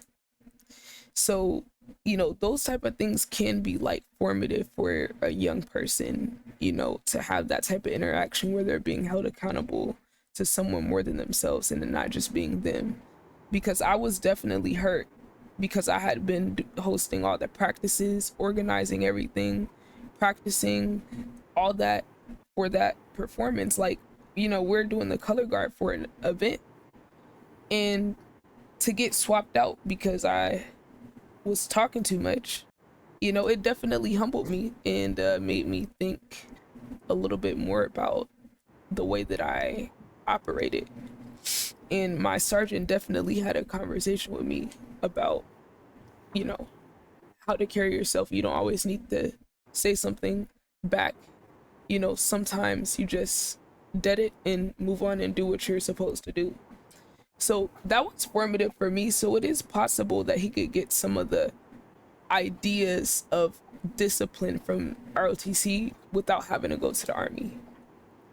Well, and yeah, and I would say definitely like if he's not already involved in something like sports. I mean, I played sports too, so the same that same selfishness and that same discipline I got from sports. Because if you know, coaches would make me skate extra laps, or I'd be doing extra push-ups in the corner, or things like that. But I mean, I would definitely say see if there's a way that you can check out your school's program when it gets there if they have one. And then if they go to college, there's definitely nothing wrong with them doing the ROTC there. I have no idea how an ROTC in college works. Uh, just strictly because of the differences of you're paying to be at that school, and they may not necessarily have the same freedoms that they or they can take freedoms away, or whatever may be the case.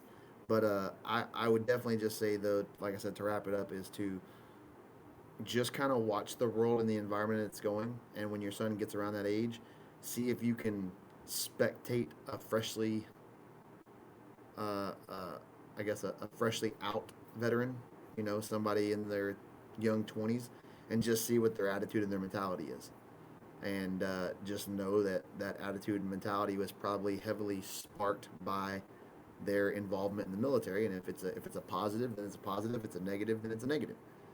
Um, and go from there. Because, like I said, I don't feel like the military these days weeds out the quote unquote weak. Mm. When I was in, we had a couple of guys that should not have been there. Should never have gotten by the recruiter and been signed up.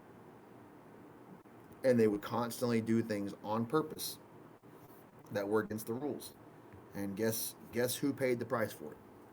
All 49 of the rest of us, not them. Oh, Like if you've ever seen Full Metal Jacket, where the one guy sneaks the donut, and everybody else is doing the push-ups, and not the guy that snuck the donut. That's the reality of it. Because their expectation is, if they make us mad enough at them, that will take control and will get them in shape. Well, if they're not listening to the leadership around them, or that's there in front of them, most of them are definitely not going to listen to us. And that's where the concept of sock parties came into play. wait, sock parties? Yeah, Like you're hitting it with something that's in a sock? yeah. So like, is that like the corrective measures of the team I to that that is person. what we chose to do.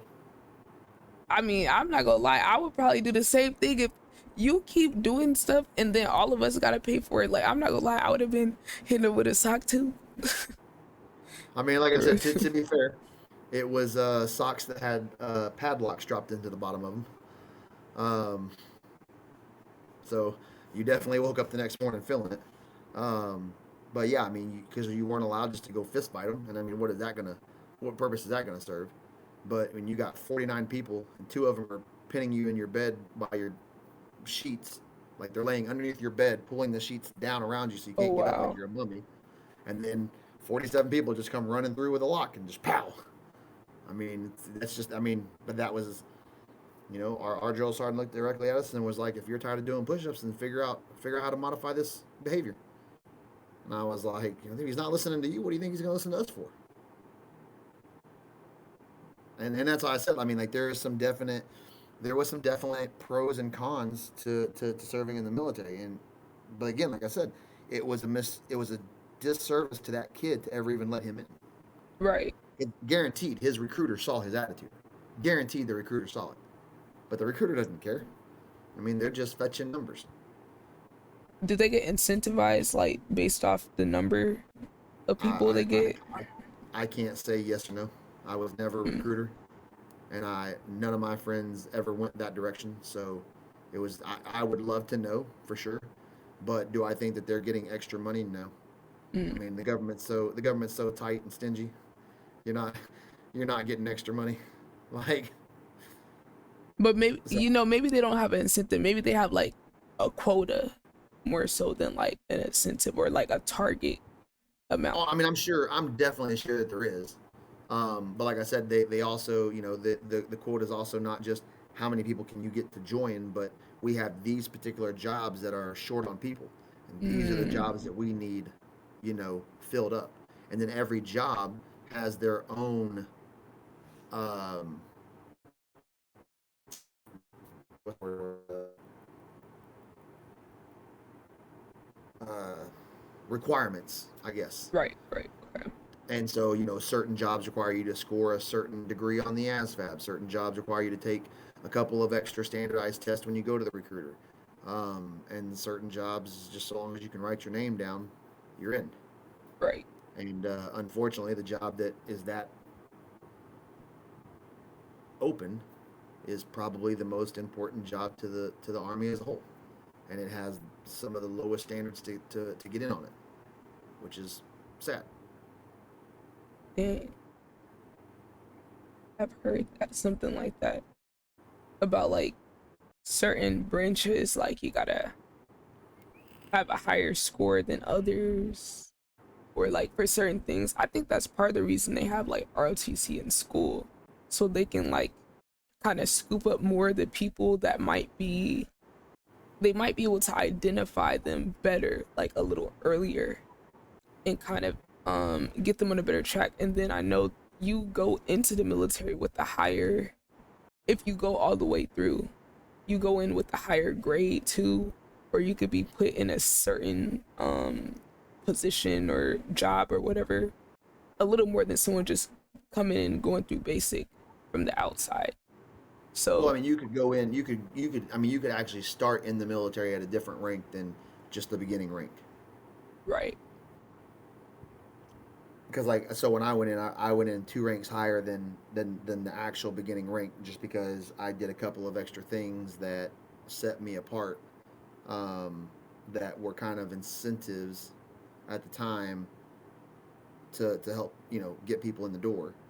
right, So for me, I had a high enough ASVAB score to do anything in the military that I wanted, yet I chose the job that required the lowest ASVAB score out of all of them.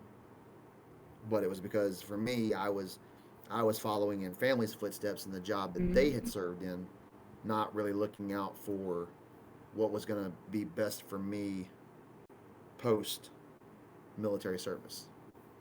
like if you could go back, which other job would you have picked? To be honest, I I probably wouldn't have changed it, just because it's one of those things that though it did make my civilian life a little bit more of a challenge because it really didn't leave me with any skills coming out that were money making skills. Um, I probably would have stayed the same, but there are definitely times that maybe I could have went in on my first enlistment and done a particular job or done the job that I went in to do, and then when I re-enlist to a different job to give me more skills, you know, than what the original job gave me. So That I could have makes still sense. I could have still felt like I fulfilled the purpose that I went into, which was representing the my family's heritage, but then spend some of my time doing something that was actually going to benefit me. Because, like I said, I mean, I had an entire military service that the time in service didn't do squat for me coming out of it. Right. Like, I mean, it gave me skills like being a team leader and working in team groups and things like that. But you're pretty much going to get that from any job inside of the military. So really, there's nothing that puts you outside of that. Because especially when I went in, things were a little bit different. Like when I went to high school, I went to a very rich school district, and even with that, we had one computer room with 25 computers in it, and not everybody had the opportunity to sign up for that class. So I never had really worked on a computer until I was 24 years old. Oh wow. Whereas kids these days they've got computer. I mean they're in third grade coming home with a MacBook. Facts. So true. So I mean and it's the difference of generations and how things are growing and changing. But like my son, if he were to join today and to do the same job I did, he would have already had certain skills that I never got the opportunity to learn. Like I didn't check emails when I was in the military. I never man didn't have a computer. So and I kind of also relied on my leadership to let me know where I was going when I was supposed to be there and how I was going to get there.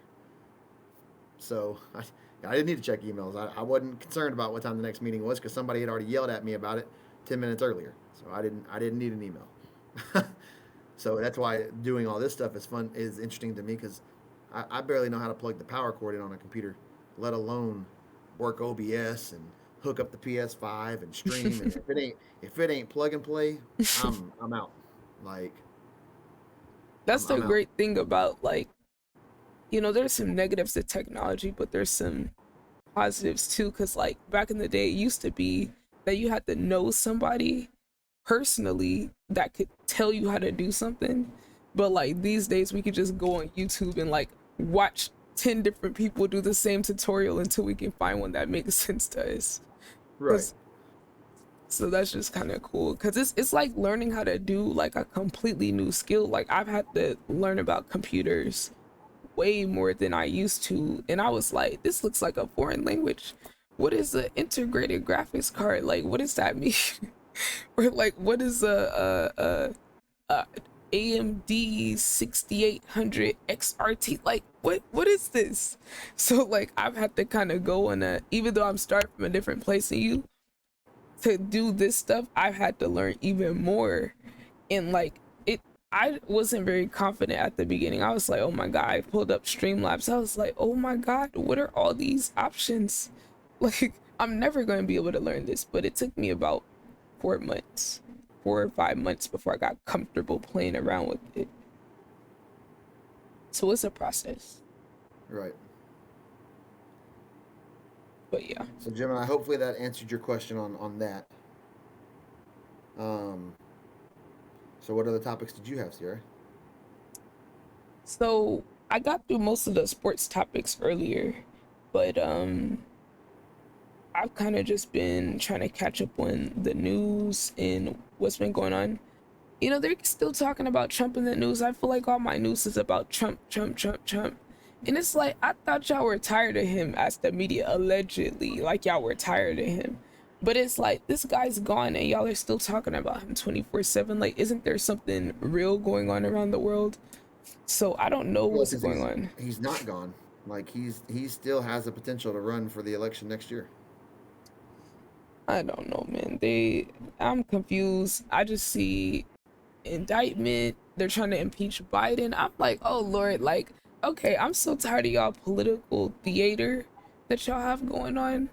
it's like there's real stuff going on in our economy right now with like regular people, and everything's a spectacle with these people. But yeah, that Well, and so here's the thing, it's always going to be like that because the only way to keep you away from the real topics is to give you something that just is eye catching. yep, And that's yep, why, like I said, I mean, I can't tell you anything that happened during the time that Trump was in office, good or bad, like actual decisions that were made, because all we kept hearing about was this tweet and that tweet and what he said to this person and how he acted to this person and yada yada yada. And in doing that, you either covered up the good things that he did do, or you covered up the bad things that he did. yep. And it's like that for every president. Every Yeah, president, and it sucks like, because maybe he did do a whole lot of good things, but we're never going to see it because so many other things are associated, you know, to his name, like the thing that happened at the White House, or the stuff that happened with North Korea, or when you hear something about him saying like hate speeches or hate tones to different races or whatever. So long as we can keep looking at those things, he can't get any credit to what he did do. And that kind of goes back to my thing about like Germany and like the American flag and the Constitution and what the country actually when the country itself was founded. If we continue looking at all the negative, all we're going to see is the negative, and we leave no room for growth. It's like an old saying that was always told to me: when a farmer plants a set of crops on a certain part of his soil, and he goes back to see his return, and the crops never really grew. If he's got 10 acres and he planted on one, and he just constantly looks at that 1 acre, he forgets about the other nine. it's legit.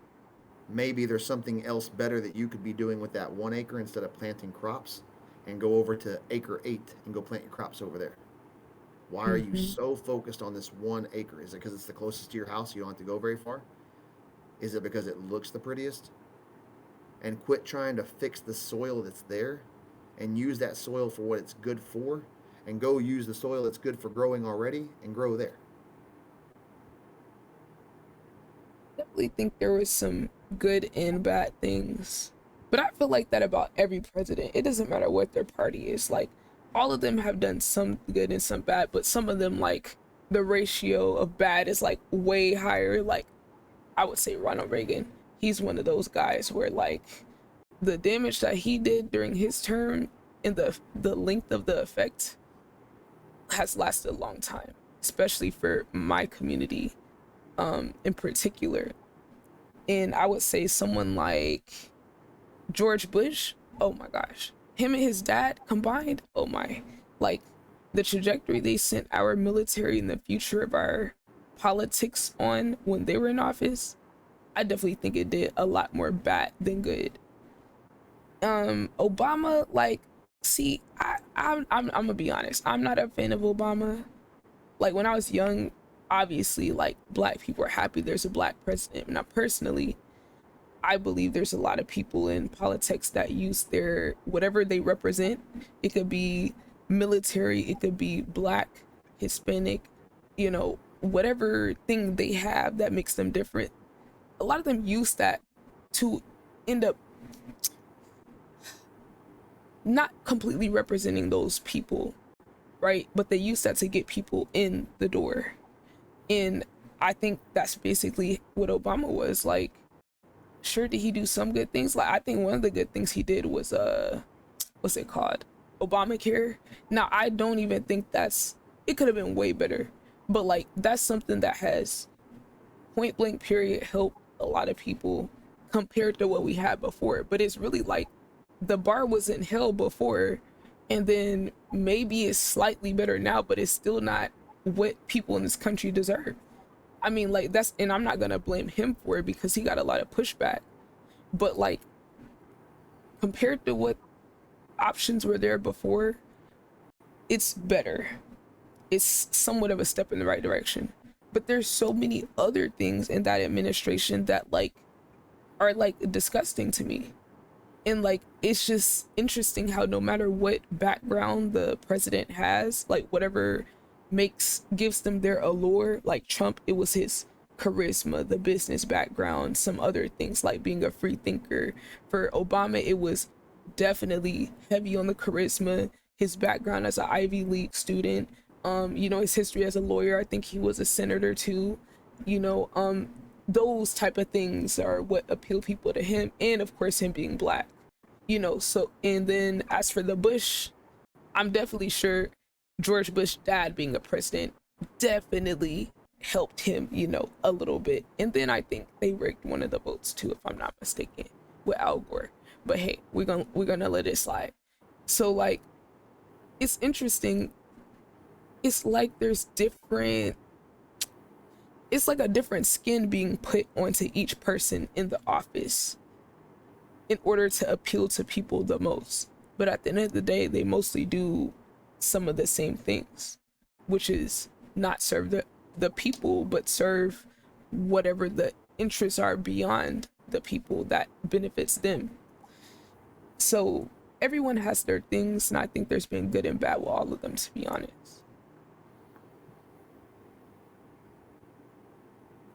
Yeah. I mean, That's I would agree. I also think that I think we put too much um, weight on the president himself, and we forget that he's surrounded by 50 other people inside the Senate oh who also facts. have who also have the ability to veto things and work around things. Yep. And that the president knows, well, I want to sign this bill to law. Well, it goes in front of them, and obviously, if the president's Republican, probably most of the Senate, or probably most of the Republican side of the Senate, is going to agree with where it stands. But then the other half of it's going to say, nope, unless these things here are changed, then we're not gonna approve this, and it's just going to get vetoed.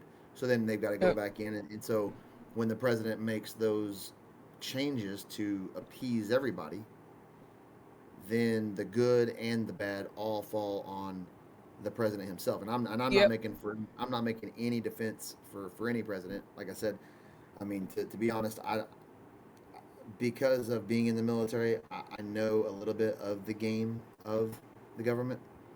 So I really don't pay attention to what any of them are doing because it is all just a game, and Right. it's whoever can benefit whoever to come out on top or come out with their agenda ahead. Hmm. Which is why, like I said, I mean, I haven't voted. I think I've voted one time in 20 years of being able to vote Wow. because I don't trust enough on either side. And I'll be damned if I'm the one who said, "Well, yep, I voted for Trump," or "Oh, yep, I voted for Hillary," and something just astronomically happens. I'm gonna feel a part guilty for that. Right. And I'm also not one of those people who are gonna say, "Well, I voted for Trump, but it would have been better if I voted for Hillary," because hell no, you don't know that. It could have been just as bad of a situation, just a different situation. Yep. Yep. So for me, and so I don't bitch about the decisions that are being made in office because I don't have a right to because I didn't vote. But I also don't feel like voting when I cannot for sure look at myself in the mirror and say, well, it's like Yep. I don't know because I can't believe anything that any of them are saying. Hmm. I just go to bed every night and pray that God, if you've got them in that office for a reason, I really pray that they're going to do whatever you want them to be doing. Like whatever they're going to do something that benefits this country because it's going to hell in a handbasket anyways. So let's just try to get there as easy as we can. Yeah, that's how I felt with Biden and Trump. Well, yeah, it was Biden and Trump. I didn't vote for either one of them. I voted independent. And that was a thing that was told, oh, you're a bad person if you vote third party, because you're helping Trump, or vice versa. And I was like, I don't care, because I can't live with myself voting for either one of these people. Like morally, there's just fundamental differences there where if I can't justify it to myself to do it, I'm not gonna let anyone else pressure me or guilt me into making a choice, because Joe Biden 100%. has single-handedly had a horrible effect on the black community. and has been racist like since he's been in office. Like, I mean, I don't even want to go down the quotes of like the stuff he was saying back in the day. And some people are gonna be like, it was a different time. Okay, dude, he's literally the author of the crime bill. Like, that is fundamental to the disenfranchisement of the black community post slavery. But I'm supposed to get over that because he's a Democrat? Like, are you kidding me? Like, that to me, that's insulting to even suggest that, like, oh, get over it because Trump's so bad.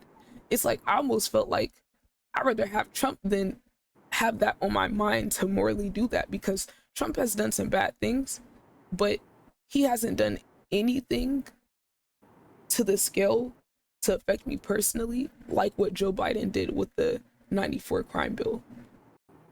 And it's like, we can go through all the bad, crazy things Trump has done, and I don't really care for the guy. But like in my personal life, just from my family history, this guy single-handedly skewed the trajectory of my community for the foreseeable future with the way that that was enacted and enforced. Like, especially like, continuing and amplifying the war on drugs, which, if we're being honest, why is it a war on drugs when the United States government had a hand in bringing drugs to the country and aiding guerrilla groups in these countries? Like, so it's like we caused the issue and then criminalized the issue. Thank you for the follow. Thank you for the follow. I can't see who it is yet, but thank you. Okay. But yeah, I'm saying like the government had a hand in aiding the drug problem in South America and the United States. That's not the military, that's the government, CIA. We've seen stories come out years after about like agents who were working with cartels and all that and doing all this other stuff, and then it trickled over here, and then you criminalize something that is a medical issue. Like, that to me, that whole principle right there, and then having the prison industrial complex kind of feeding off of that whole dynamic is like so sick to me. How like there was cahoots, the people were in cahoots at like every level, to profitize off of this, and that right there, that to me is like something that I can't just look past and be like, oh, like he's trying to do good things. And then it's like they lied about what they said they were gonna do in office anyway. They always do. Like, and there's just something about the way Democrats operate, and I grew up as a Democrat. There's something about the way they operate that really bothers me. Thank you for the follow. Hold on. My sound alert is just loud. But yeah, there's something about the way that the Democrats operate that feels real sleazy to me. Because I feel like at least Republicans are like usually straightforward with how they feel, like in their principles and all that. Like, and you can see it from a mile away, like where they stand on certain stuff for the most part. But the Because it's Democrats, almost like it's almost like the principles on the Republican side are more heritage or tradition based, yeah, in the way that it's always been, and that's right. where like I've had to learn, for me personally, like I'm so far in the middle, it's ridiculous, and it's so funny because like I would say that I kind of weigh more to the Republican side as opposed to the Democrat side, but I also have, you know, I know that I've made a lot of my Republican friends mad when I say something that's a traditional belief. Like for me, the topic of abortion, I have a very unique way of looking at that. Um, it's my own personal view, but from the side of the Republicans, they're not necessarily a fan of it. The side of the Democrats, they're not necessarily a fan of it. And I can't really fall in the middle because they're not a fan of it either. But I'm like, for me, it's just common sense. Like, I don't think what I'm saying about it's bad. I just, nobody's decided to look at it that way. And y'all all want to decide to look at it that it's negative. I don't feel that it's negative.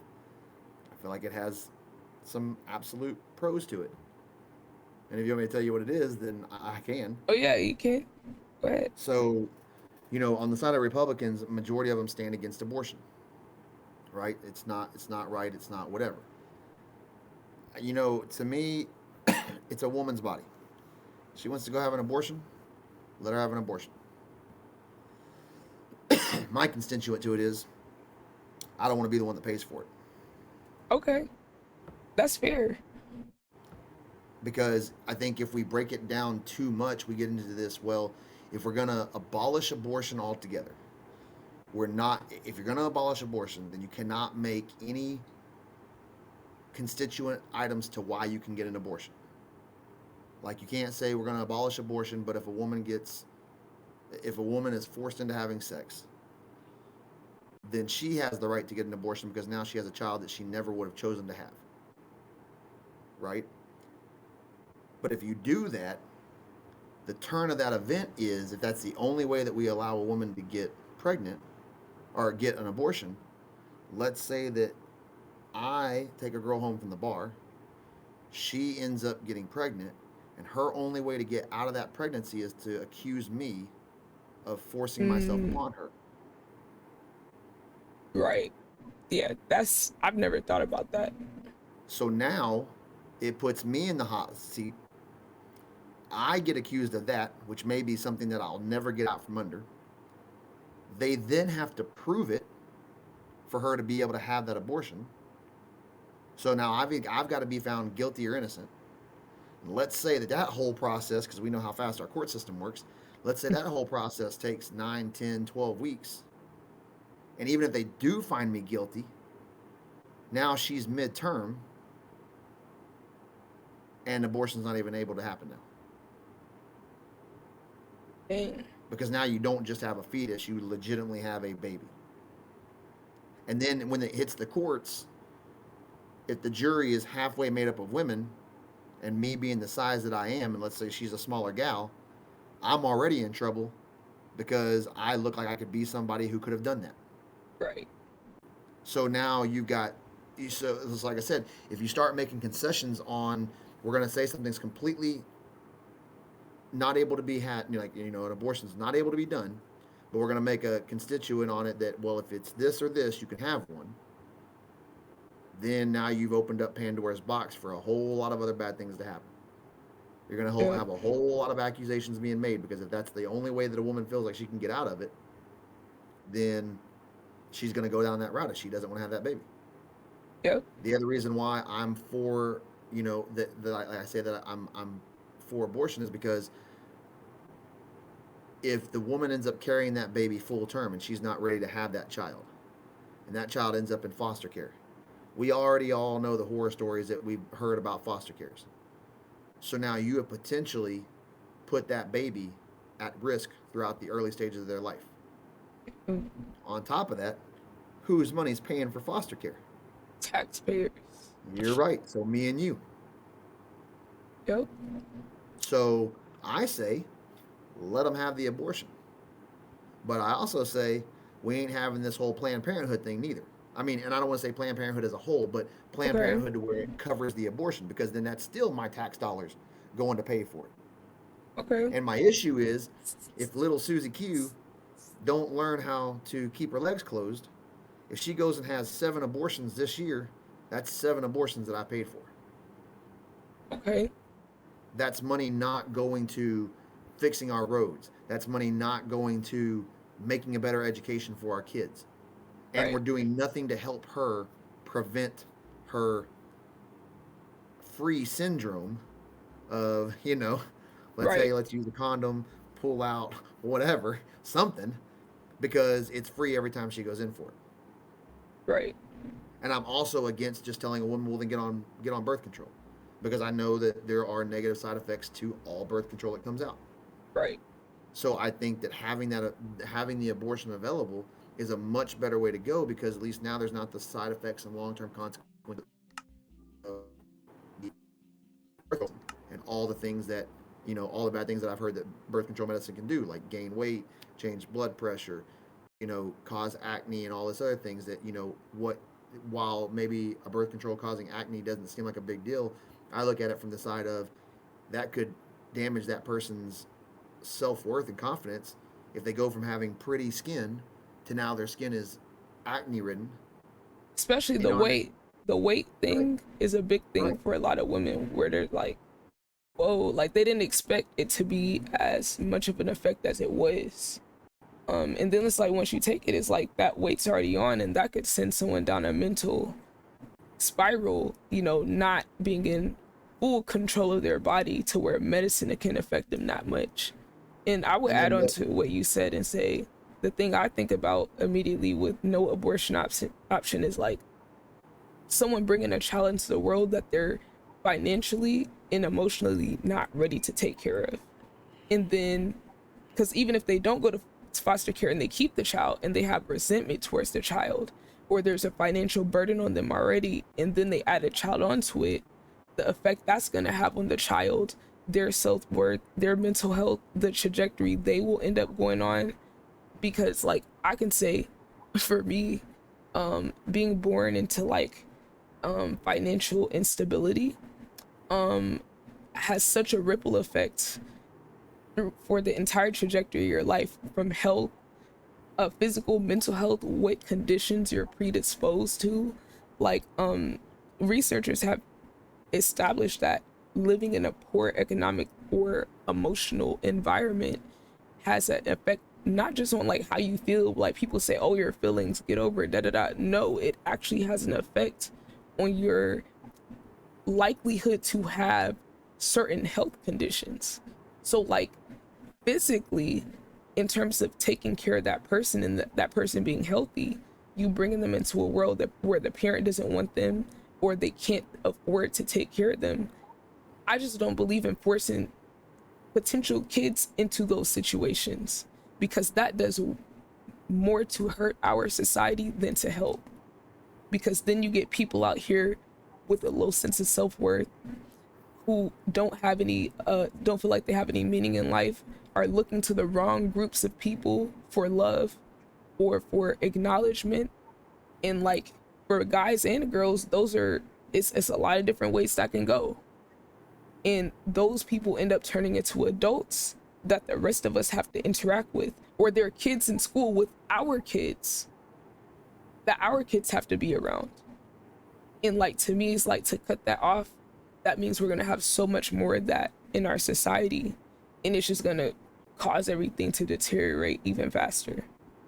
well, seeing to me that kind of goes back to the point of like those kids that are raised in that environment. If we keep, the like taxpayers paying for abortion, that's less money that we could put towards programs that could be dedicated to help those kids out as they grow up, Right. because we're spending all this money on this other thing, where that money could go to an investment of if that woman wants to have the child, we have programs set up, you know, The to help. support. Yeah. Yeah, I agree. So Now I the one so with that being said though, there's one other side of that thing. okay. Um, so like I said, I don't fall into the Republican side because they get mad at me for being okay with the abortion, and I'll definitely say like this is something that I kind of had to come to the agreement of, that like when it comes to religious beliefs, like the abortion is definitely against my personal religious beliefs. Right. But this country a long time ago established that we needed to remove law and religion, Right. and they did so. You know, yes, the country was founded in, under the phrase of "In God We Trust," because they were whatever their belief was, and they were all pretty much one belief back then. But they also knew that they needed to separate that for the freedom aspect of this country. Right. So then, Democrats don't like me because then I say, well, let them have the abortion, but I'm not going to pay for it. So, I don't fall into either one of those two categories. But I also have a third category, which is if you and I end up making a child together, and you decide that you want to have said child, then I want to be able to have said right into, you don't just birth this child and then all of a sudden I'm hit with child support. Because I feel like if we equally made this child or equally accidentally made this child, we ought to both be able to, you know, come to an agreement that I get some type of say in this at that point. Because maybe my whole idea of not wanting you to go through with it is I know we can't afford it. Yeah. And the last thing I need to be doing is making $12 an hour in a world that if you don't make at least 18, you're below poverty. I got to give you 50 of that dollars a month for child support, Right. and then I may or may not get to see the child. And if I do get to see the child, I'm paying $350 a month to see that kid every other weekend. Yep. See, I And if actually agree with that. because I think that if the woman is going to get said free rights, then the Hmm. man ought to get the same said free rights. Yep. And that was a big thing when I was in the military. Like a woman would that they would use that thing that basically they would have sex with a soldier, and then they would send them a text message a couple weeks later and be like, "Hey, I'm pregnant and I need $650 or however much it was." And soldiers would give the money out because they could not afford to have that child, especially while they were in, because they would never get a chance to see it. Right. And they also knew that the military would come out and just snipe your pay from you right off the bat. Like your check wouldn't even hit your bank account and that money was already gone. Right. And so women knew that they could play this game of, well, and knowing that they're not even pregnant, but the man would just give up the money real fast because I don't want this to go the other direction.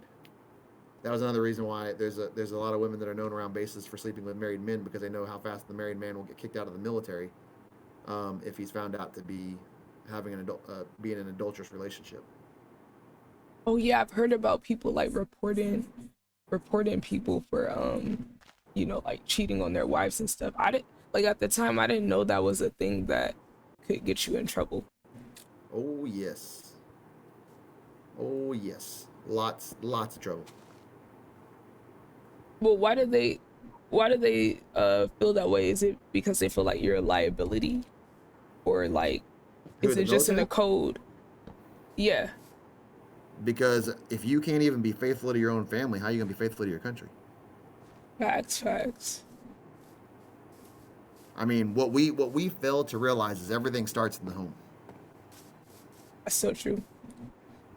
So, like for me, one of the things is big. When I was a kid, I was always told one thing, and as a parent myself now, I tell myself the same thing with my son. Like I was always told, like I would get into a hell of a lot of trouble if I got in trouble at school, Right. and the reason for that was is I was always told, we're not sending you to school to be disciplined. We're sending you to school to learn. We're doing the discipline at the house. You know how you're supposed to act. Don't go out into the world and act a fool. Because the schools today don't have enough time to teach and discipline. And it Right. should not be their responsibility to discipline the child. Facts. And that kind of falls back on the other thing of like abortions. We got a lot of people in this country that are not ready to be parents. Facts. Oh my They are gosh, literally going to bro. have a child and then turn a demon loose on our society. Yeah. And so, yes, allow the abortion to be available because there's not a better alternative. What you want to have like a basically a parental IQ test, and then if the person fails it, we take the child from them and put them in, foster care. That's not any better for the child. Right.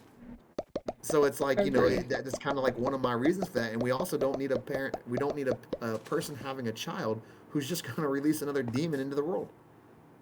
Because if they're not going to be at their house disciplining them and learning them how to be a proper part of society, we're not helping our society out. It's only making it worse, like Exactly. significantly too. Like I think some people like there's like a disconnect with maybe their understanding on how the childhood affects adulthood, because like if they understood that like though it's really foundational, like I don't whatever think situations. I would disagree. I don't think it's that they don't know it. I just choose. I think they choose not to want to look at it. That's true. That's the same way as saying, well, if I sit next to this fire, I'm not going to start sweating. Well, you're as dumb as the rock sitting next to the fire then, because what do you think that heat's going to make you do? I mean, that's what heat's That's designed to true. do. So, I mean, to me, like I said, so for me, a lot of my beliefs kind of fall into that same. Like, I believe people should have freedom to do what they want with their body, just so long as I'm not the one that's responsible for paying for it. Yeah, Like, if I think that's fair. you want to save up the money and go do that, then go do it. But I, I don't feel like I should be the one responsible.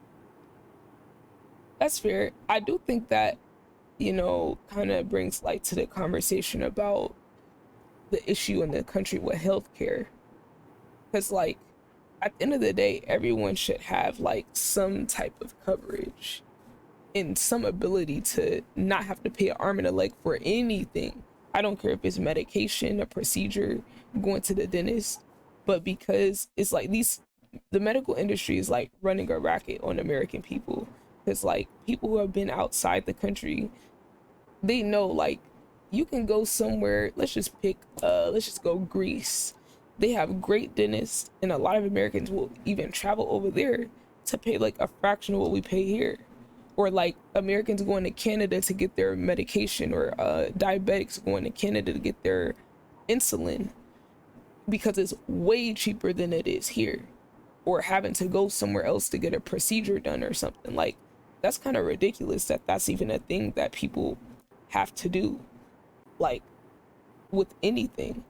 Because, like, I feel like if you want to have an abortion, it shouldn't cost an arm and a leg. Like, you should have to pay something, but it shouldn't cost like something to where you can't afford to do it and end up having to keep in the child. Now, I don't know how much it costs, but like, fine, if Planned Parenthood isn't there and other programs aren't there, even unrelated to abortion, like, there needs to be some type of structure for everyone in the country. Because why are we paying Well, so taxes if we can't have something where everyone, like, everyone's putting money in? Why is there not programs for everything that Americans need? well, because so on top of that, so we have privatized healthcare here. Like, we have doctors that own their own doctors' offices, and so they're able to charge whatever they feel like they're worth, right? We have other programs that we have like state hospitals and things like that that are a pretty set thing. Like an MD that works there starts out at 120, and then they go up from there. Nurses start out at whatever. But then in these private practices, that doctor may pay himself $500,000, and he may pay his nurses the same amount that hospital does, or he may pay them less. But their prices are also generated based on insurance cost. Right. And because we have allowed this country to get so frivolous with lawsuits, insurance companies don't have any choice but to charge those astronomical rates in the event that they have to come out of pocket for something. Yeah, I think we should So, have like for me, private and public insurance. Like, there needs to be more options to me than just a privatized option, because they have such a huge control over that. I just think so. well, so I mean, like I said, so you got to look at. To me, it's like you have to look at that whole picture. It's like us allowing somebody to sue McDonald's because the coffee was too hot. Is there anywhere posted on how hot that coffee is supposed to be? Uh, Like there is no regulation that says coffee has to be served at 98 degrees, right? So we allow this person to win a couple of $1 million lawsuit because their roof of their mouth got burned. You know how many times I've burned the roof of my mouth at my own house drinking my own damn coffee? But that's also why the coffee maker company sets a temperature gauge inside of their machine to make sure that water doesn't get that hot. You know what I mean? yeah. And so the same thing with insurance, like because we have this idea that, well, the doctor made a mistake during my surgery, I should be able to sue him for $5 million. Well, shit, he's only human. Now, if he came in and did that surgery while he was high on coke or drunk or something else, or was like playing on his phone during the middle of surgery and made a mistake, sure. But to be able to sue a person for a legitimate mistake, there's no way to guarantee that no other surgeon would have made that same mistake. I feel like that's a little asinine, because when you allow that to happen, you allow those insurance companies to come out and say, we have to increase rates. And then healthcare has to come out, and hospitals have to come out and say, well, now we got to increase rates because our insurance rates just went up. And so it's kind of like I feel a little depressed by it because there's not a way to meet in the middle on that, because Right. you can't take somebody's right away to sue if a doctor makes a mistake, But we're so fast just to say, well, let me settle with you so this doesn't go to court because I don't want to rely on a jury. But when that happens, that insurance company still has to come out and pay that bill. Therefore, the insurance company then has to turn around and, because in a lot of other countries that you can't sue doctors for making mistakes. Mm. We're one of the few that have that. When you're in the military, you cannot sue a doctor in the military if you are a soldier if they make a mistake in a surgery. I see both sides of it for sure. Like, So that's when so for me it's kind of depressing because there's really no way to fit those two puzzle pieces together except to go real hard on one way or real hard on the other way or to look at the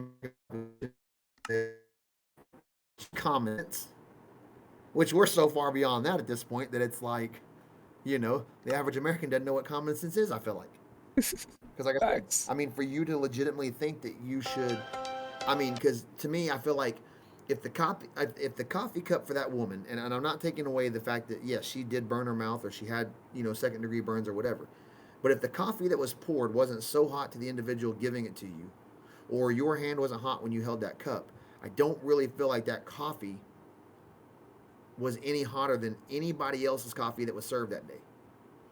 They just didn't have enough Right. money to sue for it. Suing is a privilege. It is, So, but we've got so many people who thrive off of if you want to sue, I'll do it pro bono. When I get you whatever I get you, I get 30%. oh yeah, they're So then definitely not gonna. we have entire attorney firms that just sit there waiting on that little fish to come swimming by that they can snatch up. Yep. And so like I said, so then that puts more of an obligation and fear into an insurance agency that we're going to end up getting sued and we're going to have to pay money. I think where we could really start to help our healthcare out the best would be we got to look at medicine. Yes. What Number these one. pharmaceutical companies do, if we could just get that under control, I think we could benefit the rest of. I think that would massively benefit the rest of healthcare. Yes. Because if you didn't have Tylenol making so much damn money off of Tylenol, if you didn't have whatever company makes my thyroid medication making so much damn money off of that medication, then I wouldn't be so far in debt trying to go pay to have my endocrinologist check me out because I would be able to afford the medicine. Right. And it's like my thing with the VA right now. Like I have to go open up a formal appeal on Monday, and I'm doing everything I can to not get arrested again when I go in there. But I don't know if that's going to be possible or not because I'm so angry at this situation. But the VA hired a hormone specialist, right, as an MD to be a part of the VA system. Now, his entire background and his entire knowledge is based on hormones, male hormones, female hormones, whatever. And so it's his job to check me out as the patient, do my blood work, look at the medications that I'm on, and know why I'm on them. And then he prescribes me those. Well, he prescribed me a certain medication that I've been on for the last 8 years. Full, I don't, I've been on it 8 years. Don't miss a dose. 8 years. And he put this request in to the pharmacist, and the pharmacist denied it. Oh wow. And so I went to my other doctor, and the only reason why I'm going to the VA for this particular medicine is right now being laid off. I can't afford it myself, but I have to have it because the side effects of me not having this medication are extremely severe. So the pharmacist denied it. So I went to my other doctor and I asked them for the last 8 years of medical records. They gave them to me. I took them to them, took them to the VA. The doctor then again turned around and presented that to the VA, and the pharmacist again denied it. So my question is, then why is the VA spending the money on a doctor who treats hormones if your pharmacist is just going to override him? Yeah, that's You might as crazy. well you might as well fire the hormone specialist because that's a six-figure salary that you're paying to somebody that you could be saving that money. But you're also giving the pharmacist the ability to veto the hormone specialist, and the pharmacist shouldn't have that ability Right. because he's never seen the patient. He doesn't know the patient's conditions, and all he's going and doing is looking off of a standardized chart. Which, if anybody feels like the human body can have a standardized chart, is an absolute moron. Because everybody's body is different. Everybody's body has been through something else different. Yep. And so for me, it's like, so the VA comes out to me and says, well, if you want us to potentially prescribe this medicine, then we need you to come off of it for 6 weeks. We need you to come in What? and get a blood draw. Then we need you to wait a week, come in and get another blood draw, and then we can resubmit. And the resubmit process is, you know, 2 to 4 weeks, let's say. So if we take the 6 weeks that I have to come off the medicine, right? And you're only coming off the medicine for 6 weeks to ensure that your body has absolute time to get rid of that medicine, right? Well, interestingly enough, the medicine only has a 10-day shelf life in the body. So if I take it today, for sure within 10 days, the effects of whatever I took today are going to be gone. But you want me to come off of it for another 5 weeks on top of that, and then wait another guys to it. The question is, nobody's sitting there looking at what side effects will I experience in the next 10 weeks while I Right. wait on you jackasses to determine this information. But yet, a doctor 8 years ago determined that I needed to be on this medication and put me on this medication. So, in the potential side effects for me on this medication is, or without this medication, is muscle deterioration, no sex drive, insomnia, mental slash brain fog, so almost like a minor amnesia, um, and then just a very depressive mood because I will go from feeling like a man to not feeling like a man. Right. So now somebody who's been diagnosed with severe PTSD, some severe anger tendencies, now I'm going to have muscle and body aches because my muscles will start deteriorating. I'm not going to be able to sleep. So I already have issues sleeping because of the PTSD. Now I'm going to have insomnia on top of that. I'm going to have depression because I can't get an erection. So, my significant other and I cannot be us. And you want me to live with that for the next 10 weeks just to appease your standards? I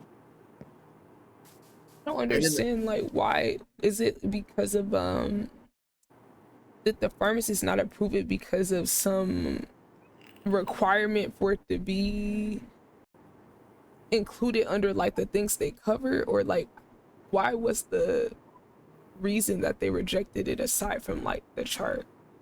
so it's considered a controlled substance. But I mean, Okay. most of our medicines that that your doctor puts you in for are controlled substances. Right.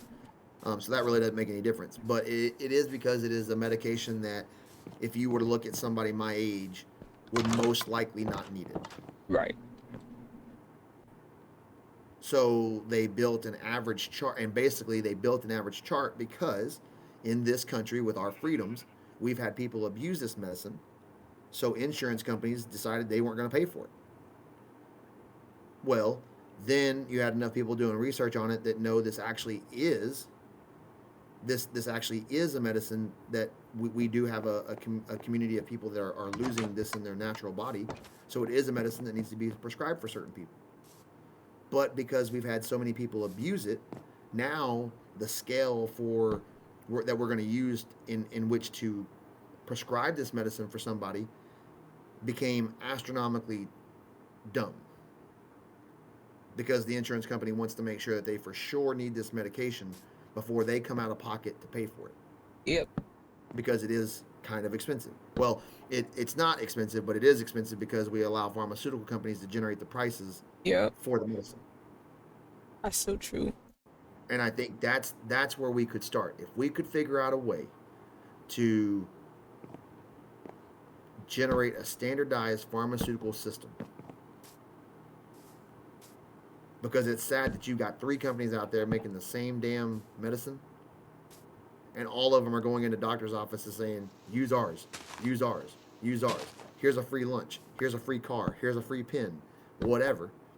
Why don't we just have one? And this becomes, and the reason why we can't do it is it becomes more of a socialist type environment when you say that you don't have the freedom of business to go out and make a product and sell your product for whatever you want to sell it for. Right. So that's the backlash to that whole thing is the moment you introduce socialism, you take away free enterprise. That's definitely more communism than socialism, but socialism is more about like the workers owning the means of production, but communism, the government kind of just controls how things, what companies, if there's even a company associated, like Soviet Russia took off all the company logos and everything, and that caused a ripple effect of issues. So, but I agree about the prices needing to be regulated, and I think um there's a bill that's supposed to be passed or something where I think this is only for Medicare though, where like they're trying to have the companies able to negotiate prices with them. But like forget that, that's not a good enough step for like majority of the people. Like this should be standard for everybody. Like everyone should be able to afford the prescriptions. Like I'm lucky that at this point in my life my mom has insurance now, because when I was growing up she couldn't afford insurance, so I've been uninsured most of my life, and it is very very expensive to not have insurance, and then that deteriorates your health because you're not even able to get care when you need to get care, or you can't get a prescription, or the prescription is so expensive you have to sacrifice a whole chunk of your income for whatever period to pay for a medicine or pay for a procedure. And like Well, trust me, there was this why particular medicine that I'm talking about. At one point in my life, I had to make the decision between paying for this medicine or paying for my lights, and so I went a month without electricity because the medicine was definitely more important to me. and it's like that's just I don't know, man. Like I definitely think like companies should be able to negotiate and do all these other things, but I don't feel like we should all be subjected to these people using their money to influence everything, because at that point like the skills are just tipped in favor of the companies and never in favor of us. So it's like now we're turning into like a corporate oligarchy basically, where it's like whoever has money and the most influence, they get to determine everything, and they use the capitalism and the free society and democracy to cover up them getting all the influence. They're like, oh well, we have the right to do it, it's a free market. It just so happens to be a free market that you guys have a monopoly over, and we can't ever get any leverage in the situation as citizens. So it's really not a free market because there's no alternative that everyone can use, or can be like affordable to people. You know, it's either you pay the full price out of pocket with no insurance, or you have insurance and pay these people every month and they get to pick and choose what they cover. Like I've had medication for my lupus that my insurance just didn't cover. Like all of a sudden they just stopped covering it, and I had to go through a whole process of getting prior authorization and all these other things, which meant I didn't have my medication for that period of time until they communicated back and forth to agree on something the doctor already determined. And that to me is just like insane that that's even a predicament people have to be in. Oh, trust me. I mean, I'm feeling that right now with, like I said, with what I'm about to have to deal with on Monday. It's like, and the funny thing is about the particular medicine that I'm on is, once you start it, whatever amount of that hormone that you had in your body before you started that medicine, once you take that medicine the first time, it completely kills the body's natural production. Oh wow. So you will never have it again. But if your body's natural production is already that low, then you need that synthetic medicine to get you to your normal levels or to your, working levels. Right. And so that's the funny thing to me is it's not like I'm coming to you and I've never been on this medicine and I'm requesting to be on it. I've been on this medicine for 8 years. So whatever production that my body did have 8 years ago, that's in the dirt. like Right. completely in the dirt. It's gone. So we now know that if you take me off of this medicine, my body and that hormone is going to plummet. And That's when it plummets, it's not going to be good. right. So that I mean, it's like they just want to they do this thing where they go by the book and don't like apply any context to it because it's very obvious if you're going quote unquote by the book, oh, we need to make sure this or that, you know. Why do you need to find out? If you look at the fine print or understand the medication, you know that when you stop taking it, it's going to have a significant impact on the person's body. Why do you need to see that happen? Like it's not just some test, it's a lived experience, you know, and you have to physically go through that. So it's like, why do you need to see that it's going to happen when you already know it's going to happen? Like, I don't know. Well, and then that's why I said to me it's funny because then if anything negative happens in this meantime, it's not going to be their fault. Everybody's just going to look at me and be like, it's my fault. I'm going to be like, no, like we knew this medicine was going to affect different brain cells. And that when you take me off of it, my body is going to start acting like a wounded animal. And what does a wounded animal normally do? They lash out when they feel threatened. Right. And so you want me, with the conditions that I already have, to now suffer conditions on top of that that will only aggravate the pre-existing condition. And then if something bad happens, you're gonna wash your hands of me and say, well, it was on him. No, the hell it was. Right, because why would they put you in that situation? Like, Exactly.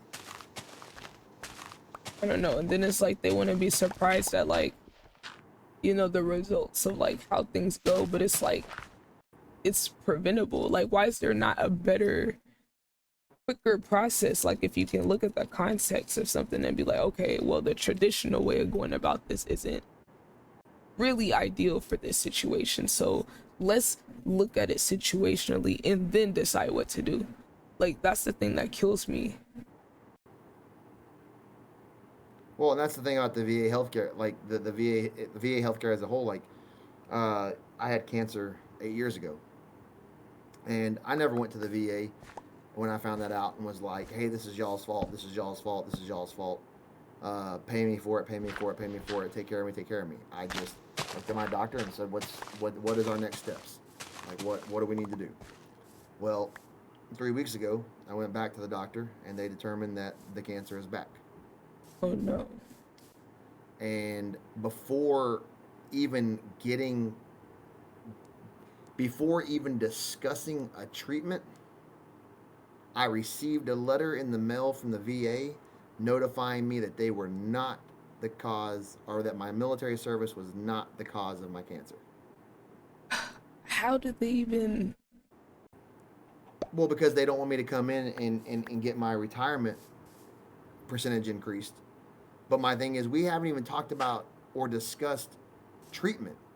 And y'all are already so fast on the gun to let me know it wasn't y'all's fault. Nobody even told you to take responsibility for it. I just want to know, what are we going to do to potentially fix it? That's crazy. Because either way, because of my military service, they're responsible for taking care of me. Right. But they're just so worried that I'm going to come out and be like, well, my disability percentage needs to be increased because this was y'all's fault, or it was something service connected. And they before I even had a chance to get to talk treatment, I received a letter in the mail 7 days later notifying me that it would not be a condition that I could use to increase my disability percentage. And the funny part is, they can't even say that because you can't dictate where that cancer came from. Right. And there is a big study right now going on about this particular cancer and being associated in a lot of individuals around my age that served in the military, that were around or in the same places, and that people my age are coming up with this cancer at a much higher rate than they ever have in the past. And Wow. the only difference between 20 years ago and now is the number is increased now, and the majority of that percentage was all in the same place at the same time doing the same thing, Wow. and it was military service. So there is a very heavy chance that it is a condition directly related to, just like the whole mesothelioma thing Mm-hmm. and being on ships. They're you know that they work to prove that that was where those people got that, and this is basically the same thing, except instead of it being mesothelioma, it's a particular cancer. Wow. And but it was just funny to me how we haven't even discussed a treatment plan, and y'all are already sending me a letter in the mail letting me know that you're not at fault. It's my issue. And I'm just like, and then like I said, then I'm dealing with this whole medicine thing, and it's just like, this is the biggest bunch of bullshit. Like y'all are so proactive to not be involved. If you would just use a little bit of that proactivity on taking care of us, we may It'd be not have so great. many we may not have so many veterans in such a bad spot. And then I came up with this concept, as bad and as dark as it is. I've just realized that I think the government as a whole and the VA, with them, will never admit this out loud, but a dead veteran saves them $1. Mm, So if something happens to us, if we take our own life, if we get sick, if we pass away natural causes, that saves them money. yeah. Because now, if it's a veteran who, let's say, is disabled due to their military service, instead of you having to write me a check every month, all you got to do is come out of pocket $15,000, $20,000, bury me in the ground, and then move on. And now you're saving, however much my disability is every month because I'm dead.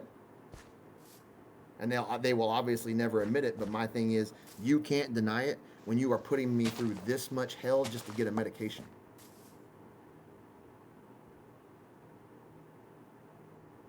That's true. That's deep.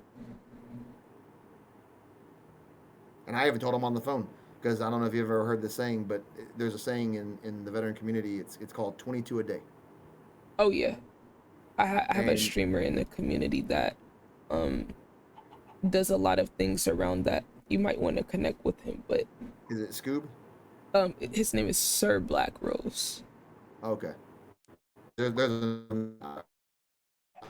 couple this morning, and apparently, I think he's connected with either the Rock, or I think it's the Rock is who he's with. Because you're part of the Rock too, right?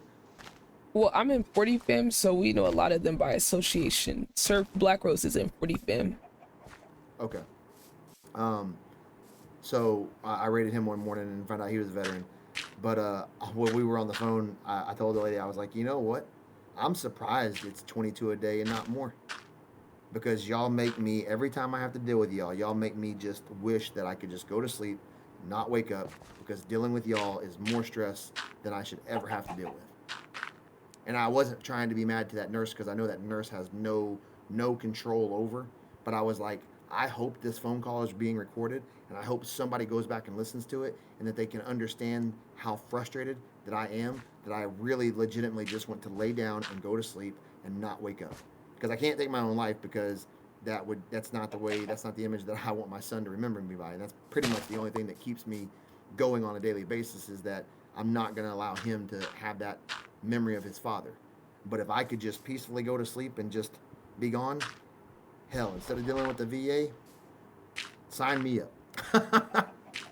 That's crazy that they just have it so inconvenient, because you would think like these are people that you want to look out for, but it just feels like so representative of like what the rest of the country is like.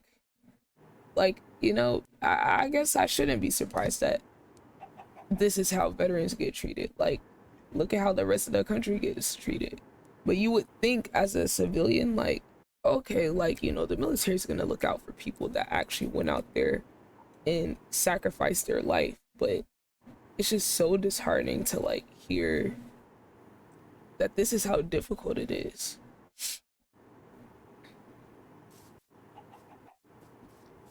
There's been times I've thought that every time a soldier deploys and they come back, the military is like, shit. Because now we got to take care of them. Like, because they possibly came home messed up. And if they, like I said, if they die overseas, they just pay a death benefit and they bury them and move on with life. Go get another one. But for every one of them that goes and sees combat and makes it back, I feel like there's somebody in the government that goes, shit, now we're potentially going to have to pay for this person. Like, as if you didn't think that that was a, like, you want us to win the war, but you want the number of us that come back lower than, you know, the number that went over. Dude, I wouldn't be surprised. These people are like kind of sick.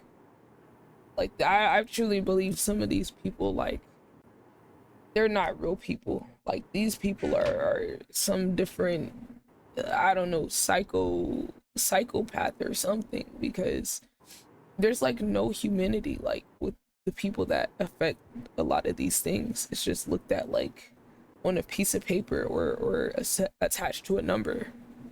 And it's like y'all can always find all this money to go send to these other countries, but you can't have enough money to take care of veterans or to take care of their citizens. Or we gotta have poor infrastructure across the country, like no matter where you're at. Well, But see, and that's my issue, and that was kind of what I said way earlier when we first got on together.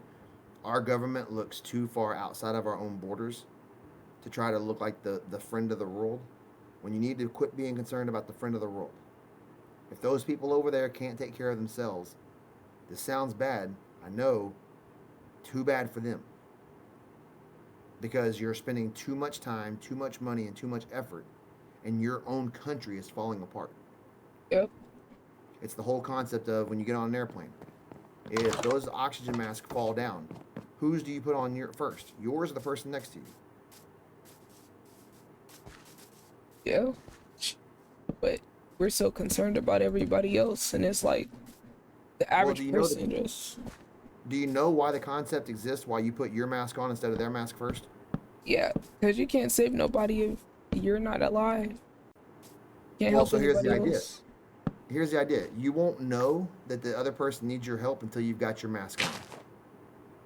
So the idea behind it is that those masks fall down at the same time, and you are both actively working to put your mask on individually.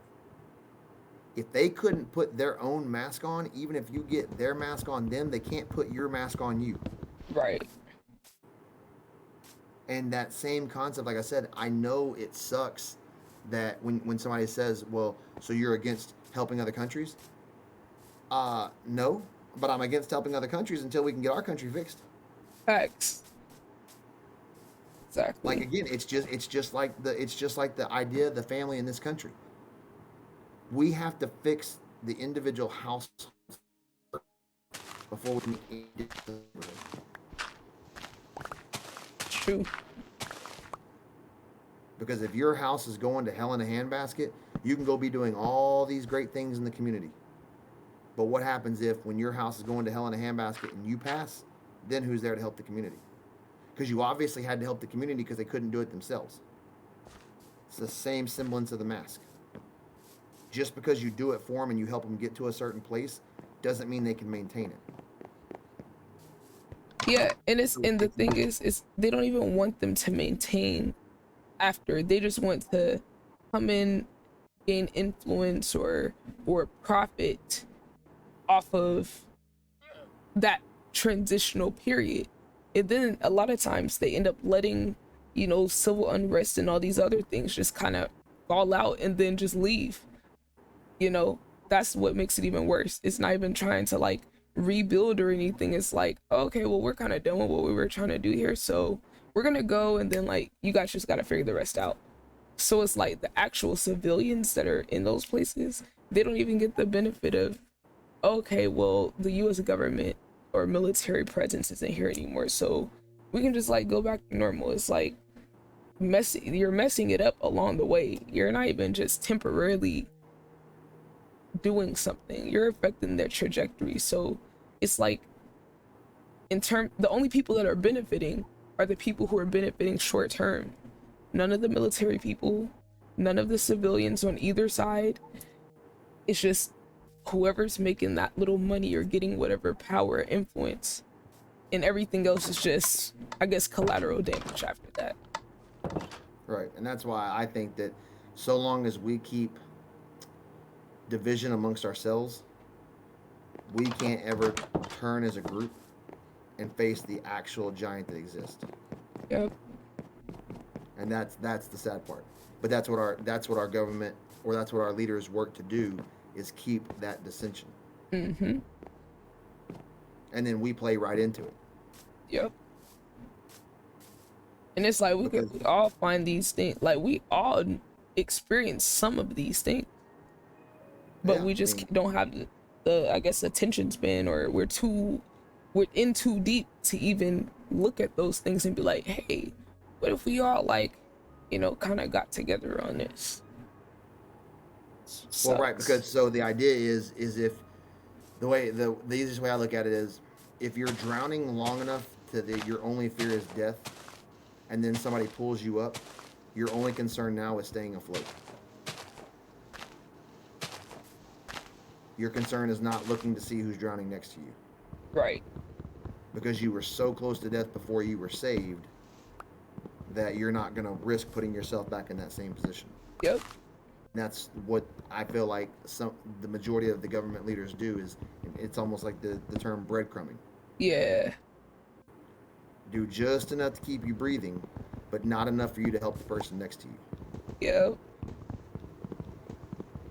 And that's kind of like where you talked about reparations.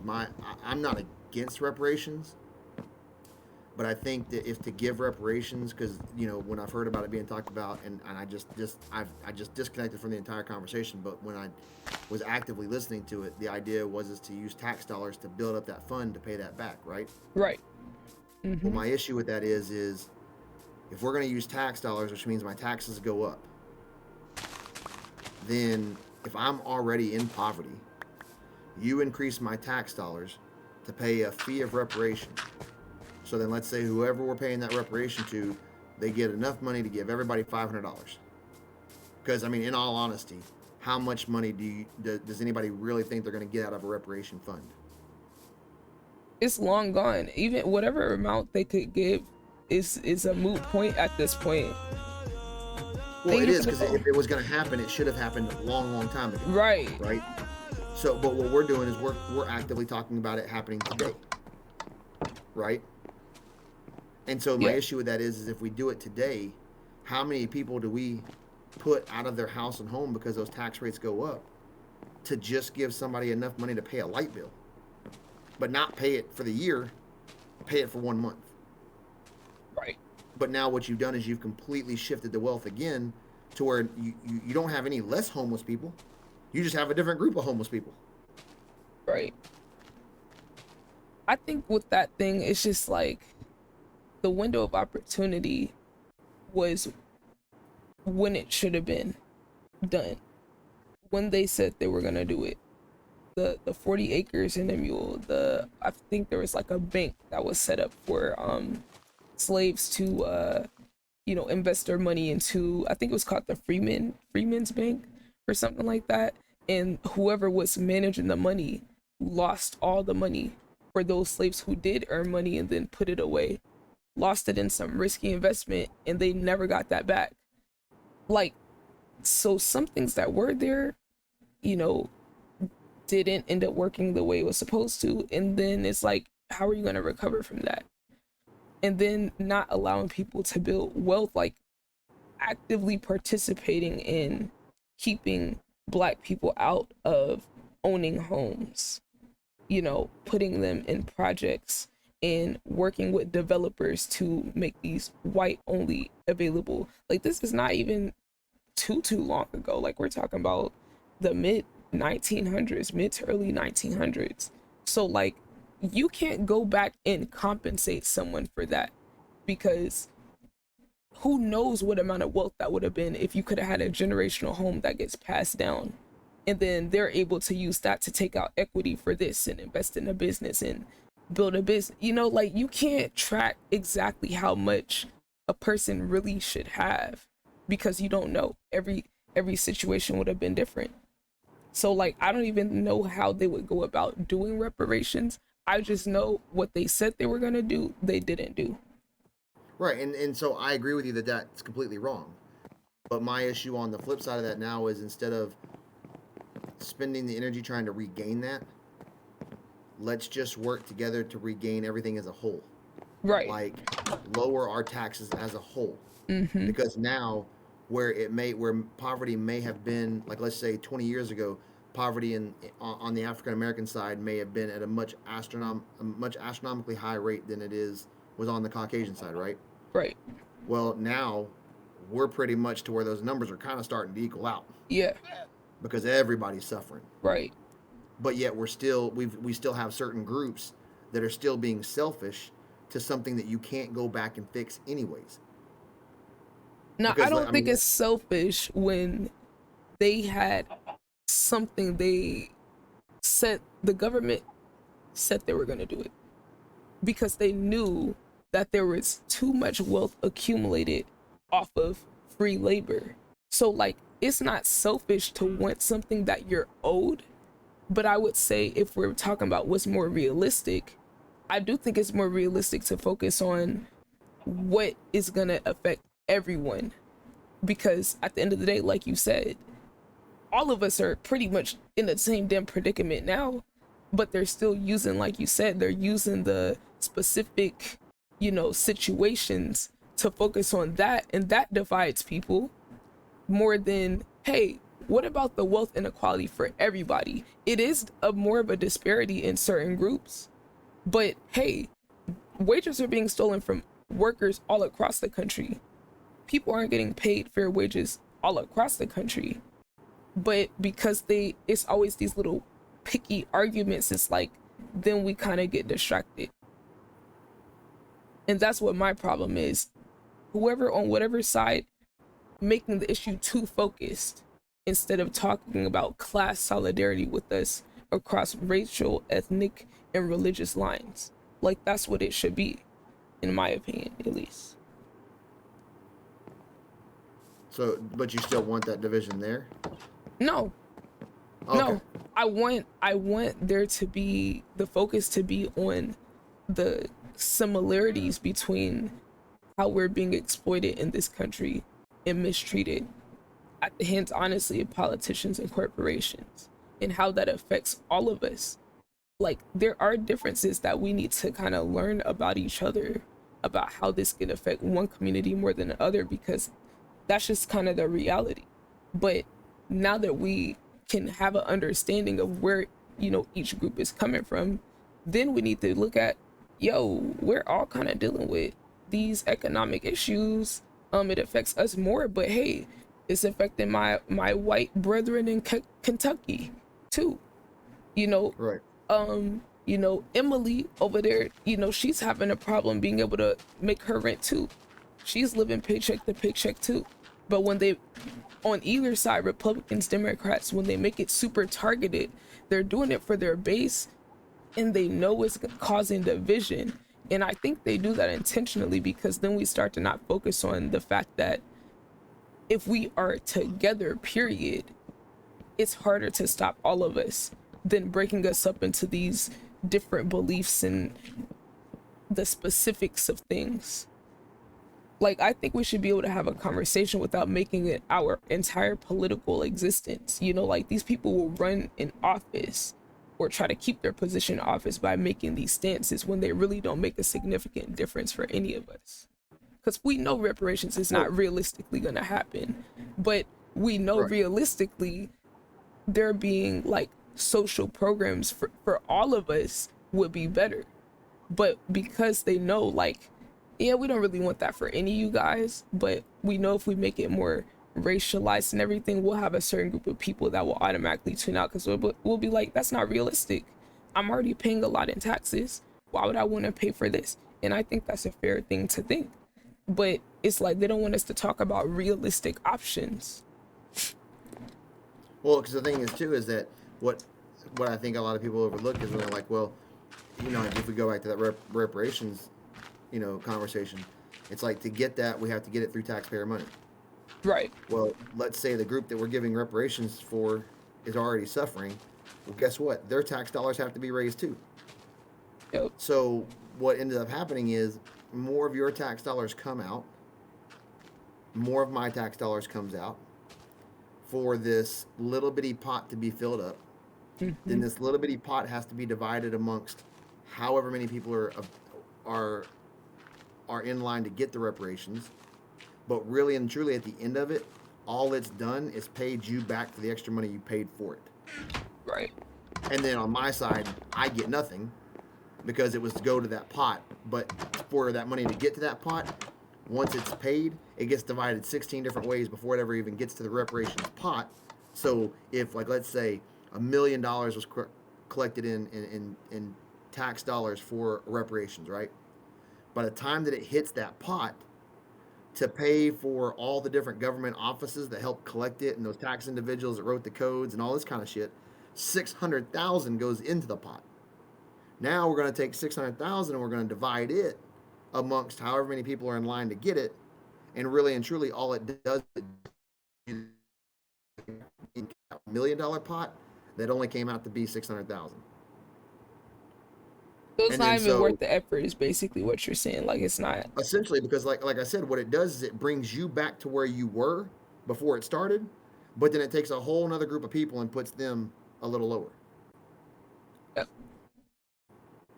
And then it's just all going to even right back out again. And and it kind of goes back to like, but what they can tell you, what they keep doing to us is saying how it's going to benefit, so people get on board with it.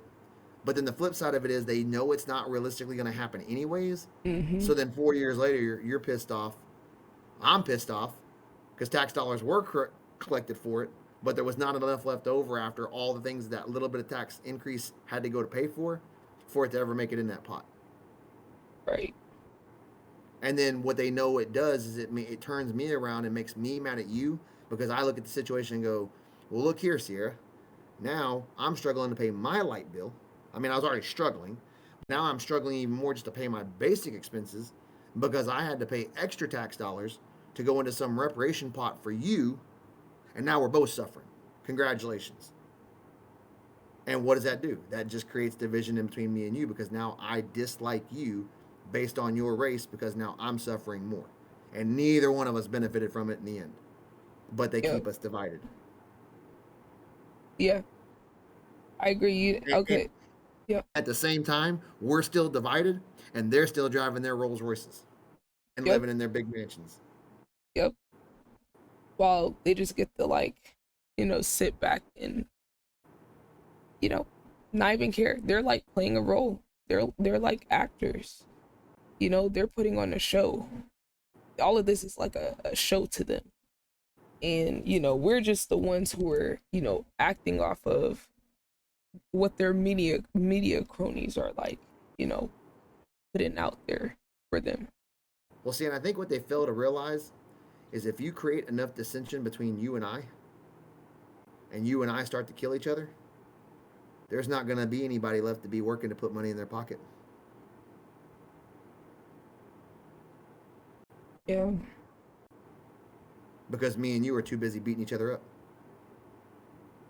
I think like these types of people, they're just like so focused in on the now that like they feel like whatever ramifications there are for this is worth it as long as they can live their luxury life and live their life disconnected from society.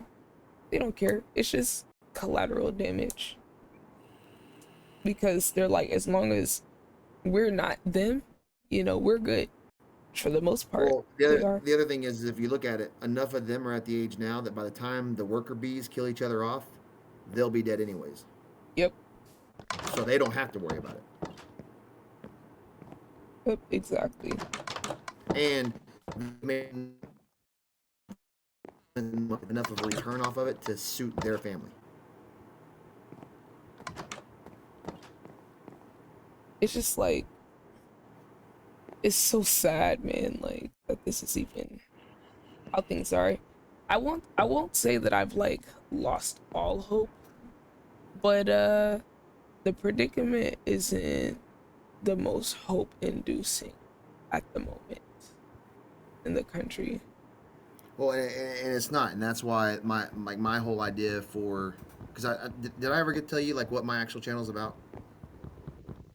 I know you want to do the fitness stuff, but aside from that, So do you want me could to you give you a share? brief rundown Oh of yeah. my dream for this? Yeah, go ahead.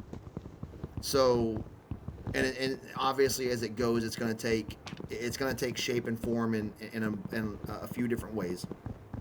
But so, in it's basically set up to kind of blend for me to help blend into like the gaming community, Okay. which I think is a community that's just kind of left to themselves, Right.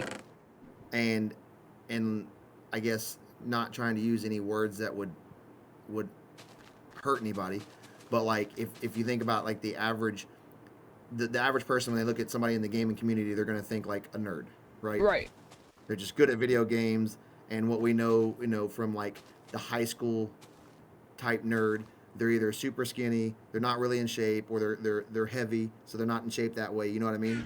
Yeah. And they're normally very secluded to themselves or to their little bitty tight knit group.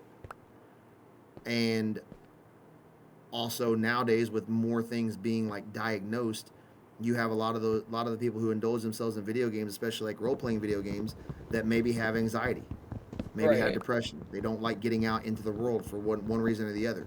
And they play video games that they're able to submerge themselves into a different character to not be who they are, which is Mm. good that they had that outlet. For me, I'm not trying to turn anybody into Arnold Schwarzenegger. I'm not trying to turn anybody into the next cover of some female magazine with like the tightest bikini body or whatever. My idea is just to help everybody get healthy. And whether that's you need help with just eating better, maybe you don't want to work out, but maybe just eating better would be great for you. Maybe you do want to start working out, but like you don't want to go to a gym because you suffer from social anxiety. And yet you don't know what is available for me to get at my house, equipment wise or bands wise or whatever, to be able to tone my arms or tone my legs or tone my butt and just make me feel a little more pretty about myself. Or for guys, to put a little bit of contour into their arms or into their back if they're super skinny guys, don't have a lot of muscle, whatever. And so I've only had one person look at my idea negatively and be like, "Well, you're taking advantage." And I'm like, "No, it's a group that I fit in with." Taking advantage. Well, like how trainers take advantage of heavier set people when they come into a gym and like, hey, if you need help personal training, let me train you because they know they're going to Oh. make money off of it, right? Right. But Okay. for me, this is a group that I fit into because I do play video games, but I also do have a wealth of information and knowledge that I can provide. Yeah. And the other thing is I was never what I was always considered a jock in high school if we break it down by the terms, but I hung out with nerds. And nerds loved me because no bullies would come bully them because they would have to deal with me. And I Right. was a real big jock, and there was not there. I think there was only one bully in my school who was bigger than me and was dumb enough to confront me on the playground, and that did not work out very well for him. And I think it's a gift from God that I have the size that I have, but I have the charisma and personality that I have too. If people are Yep. just willing to get past my initial exterior look of, oh, he's a big bearded guy with a beard, he looks mean, like the world around me has shaped my RBF for sure. You Yeah. know, the military didn't help. The things that I had to do, what I've seen, did not help. But at the end of the day, I'm still that same guy that was in high school with that big heart. I just need to figure out how to present it and have people give me the opportunity to present it. So, yeah, the channel was inherently designed to be able to help people get that advice on healthier foods because when we sit around at a console all day long with game, we're snacking on chips and fruit cups and whatever that are not healthy and full of preservatives or whatever. Yep. Another portion of my channel was going to be teaching people how to meal prep and cook on a budget. Ooh, that's a good one. So I'm gonna do like once a week. I'm gonna record when I do my meal prepping, so that I can show everybody like, look, I went to Walmart, I bought this amount of food for $80. All you need is $80 a week, which, let's be honest, most of all of us DoorDash our food when we're sitting here playing video games. And we play video games 6 times a week. We DoorDash 6 times a week, and the minimum DoorDash charge, I guarantee it's gonna be $12. Oh Minimum. yeah. Like your food alone is going to be $12. Then you're going to get stuck with an $8 fee. So let's just say $20. So if you $30, so you can't tell me that you can't go to Walmart and afford an $80 grocery bill that I can guarantee you will give you 5 meals a day for 7 days. Like that's pretty damn good. That is. So what I thought was that I would just and then show how I cook it, how simple it can be. So for those people who are like, well, I just don't have the time. Okay, well, in 7 days, can you find 1 hour? Because I promise you, I can show you how to do it in 1 hour to where we make 35 meals. Hey, that's definitely needed. And then you can just stick those 35 meals in your refrigerator. None of them are going to go bad by, next Sunday. And now you have 35 meals. And if you just try to eat 2 to 3 of those a day, which hopefully you'll try to eat all of them, but even if you just eat 2 or 3 of those a day, you will begin starting to see a change in your body, a change in your mentality, a change in your self confidence and awareness, because it's going to be healthier food. It's not going to be loaded with preservatives and all this other kind of bullshit. And you're going to start just naturally feeling better because you're getting better quality food. And then the flip side of that was that, like, let's say you're somebody who's new to the gym, and you go to the gym and you say, oh my god, what the hell do I do with this piece of equipment? I set up my Discord so that you can send me a picture of that piece of equipment, and I can go to my gym, find a very similar piece of equipment, if not the same piece, and I can, for you, record like a 10-minute tutorial of all the different things for the different muscle groups that you can do and how to do them. Well, that's fine.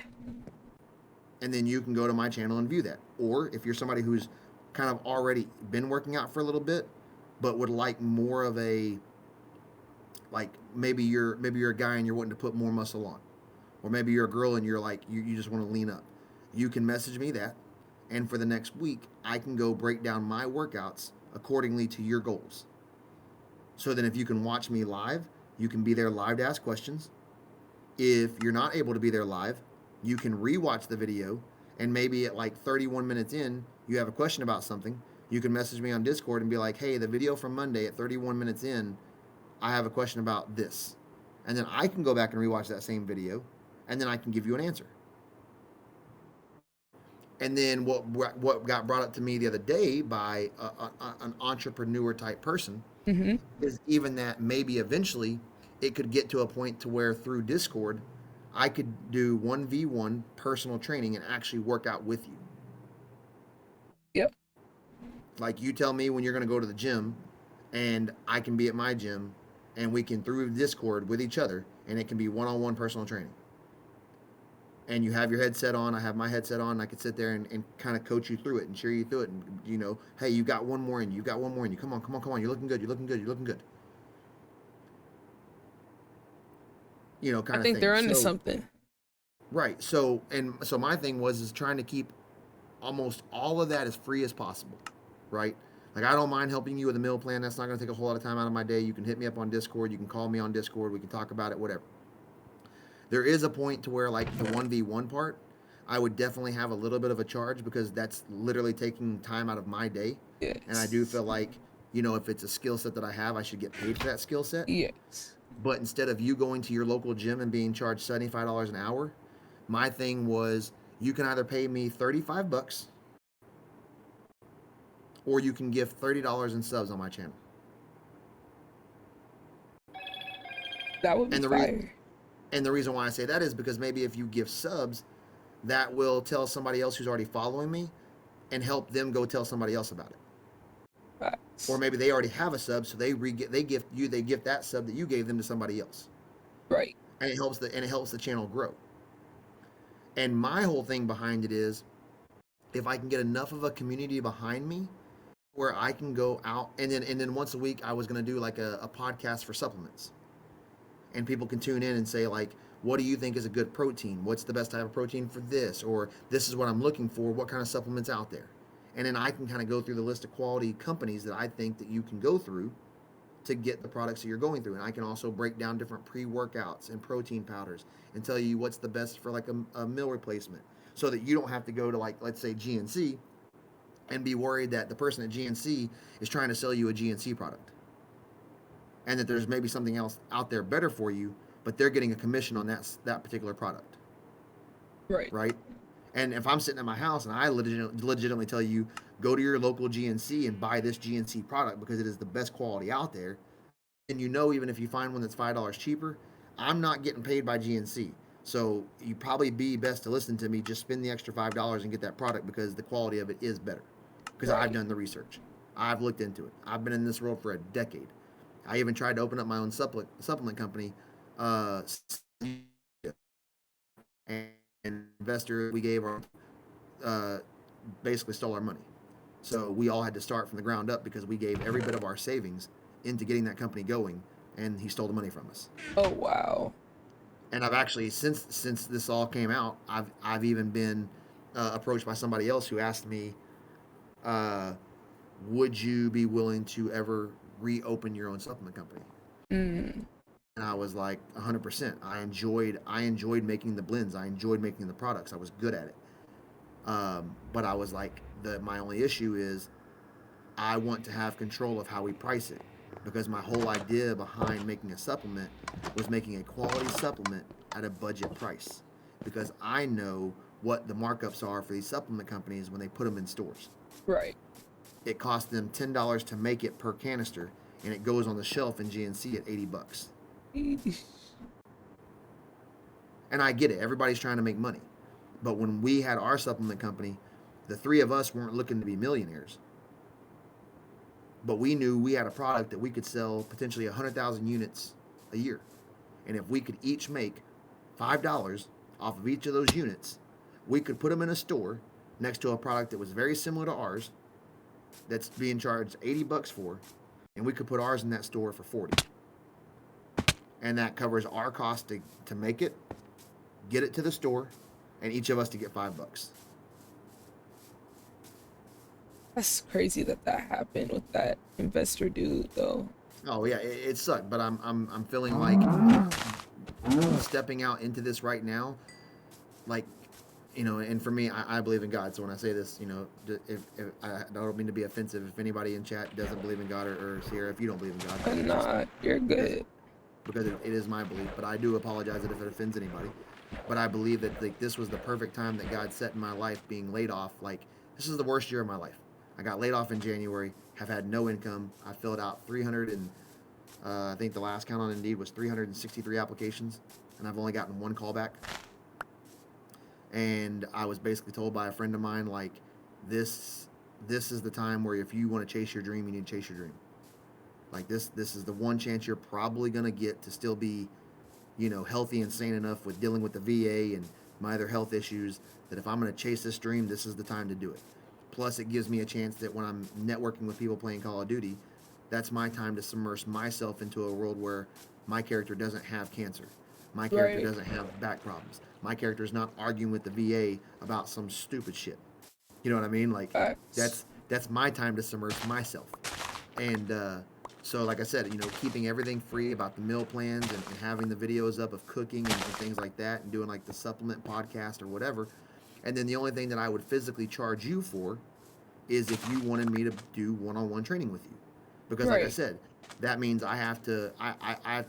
At that point, I would have to go to the gym and do my own workout, and then set time aside to either stand there and watch you, or go do a workout that matches what your workout level is, because I don't want to be trying to focus on my own lift for my own personal gain, while trying to focus on you when you're doing something totally different.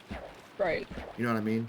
Like, I don't want to be taking the time loading up a bar with 300 pounds if you're only loading it up with 20, and you're having to wait for me to change the weights and drop the weights and everything else, but I'm trying to do it and keep up with you. I want to be able to focus on your workout. And in that point, I feel like that, that's me giving up one-on-one time of my day. And I should have the right to charge for that, Yes. but do it at an astronomically lower price than you're going to get anywhere else. Okay, you just made me think of something. But I just want to say, like, I appreciate you sharing, like, your story and what you're going through right now. But you got my full support. Like, I love the idea that you got.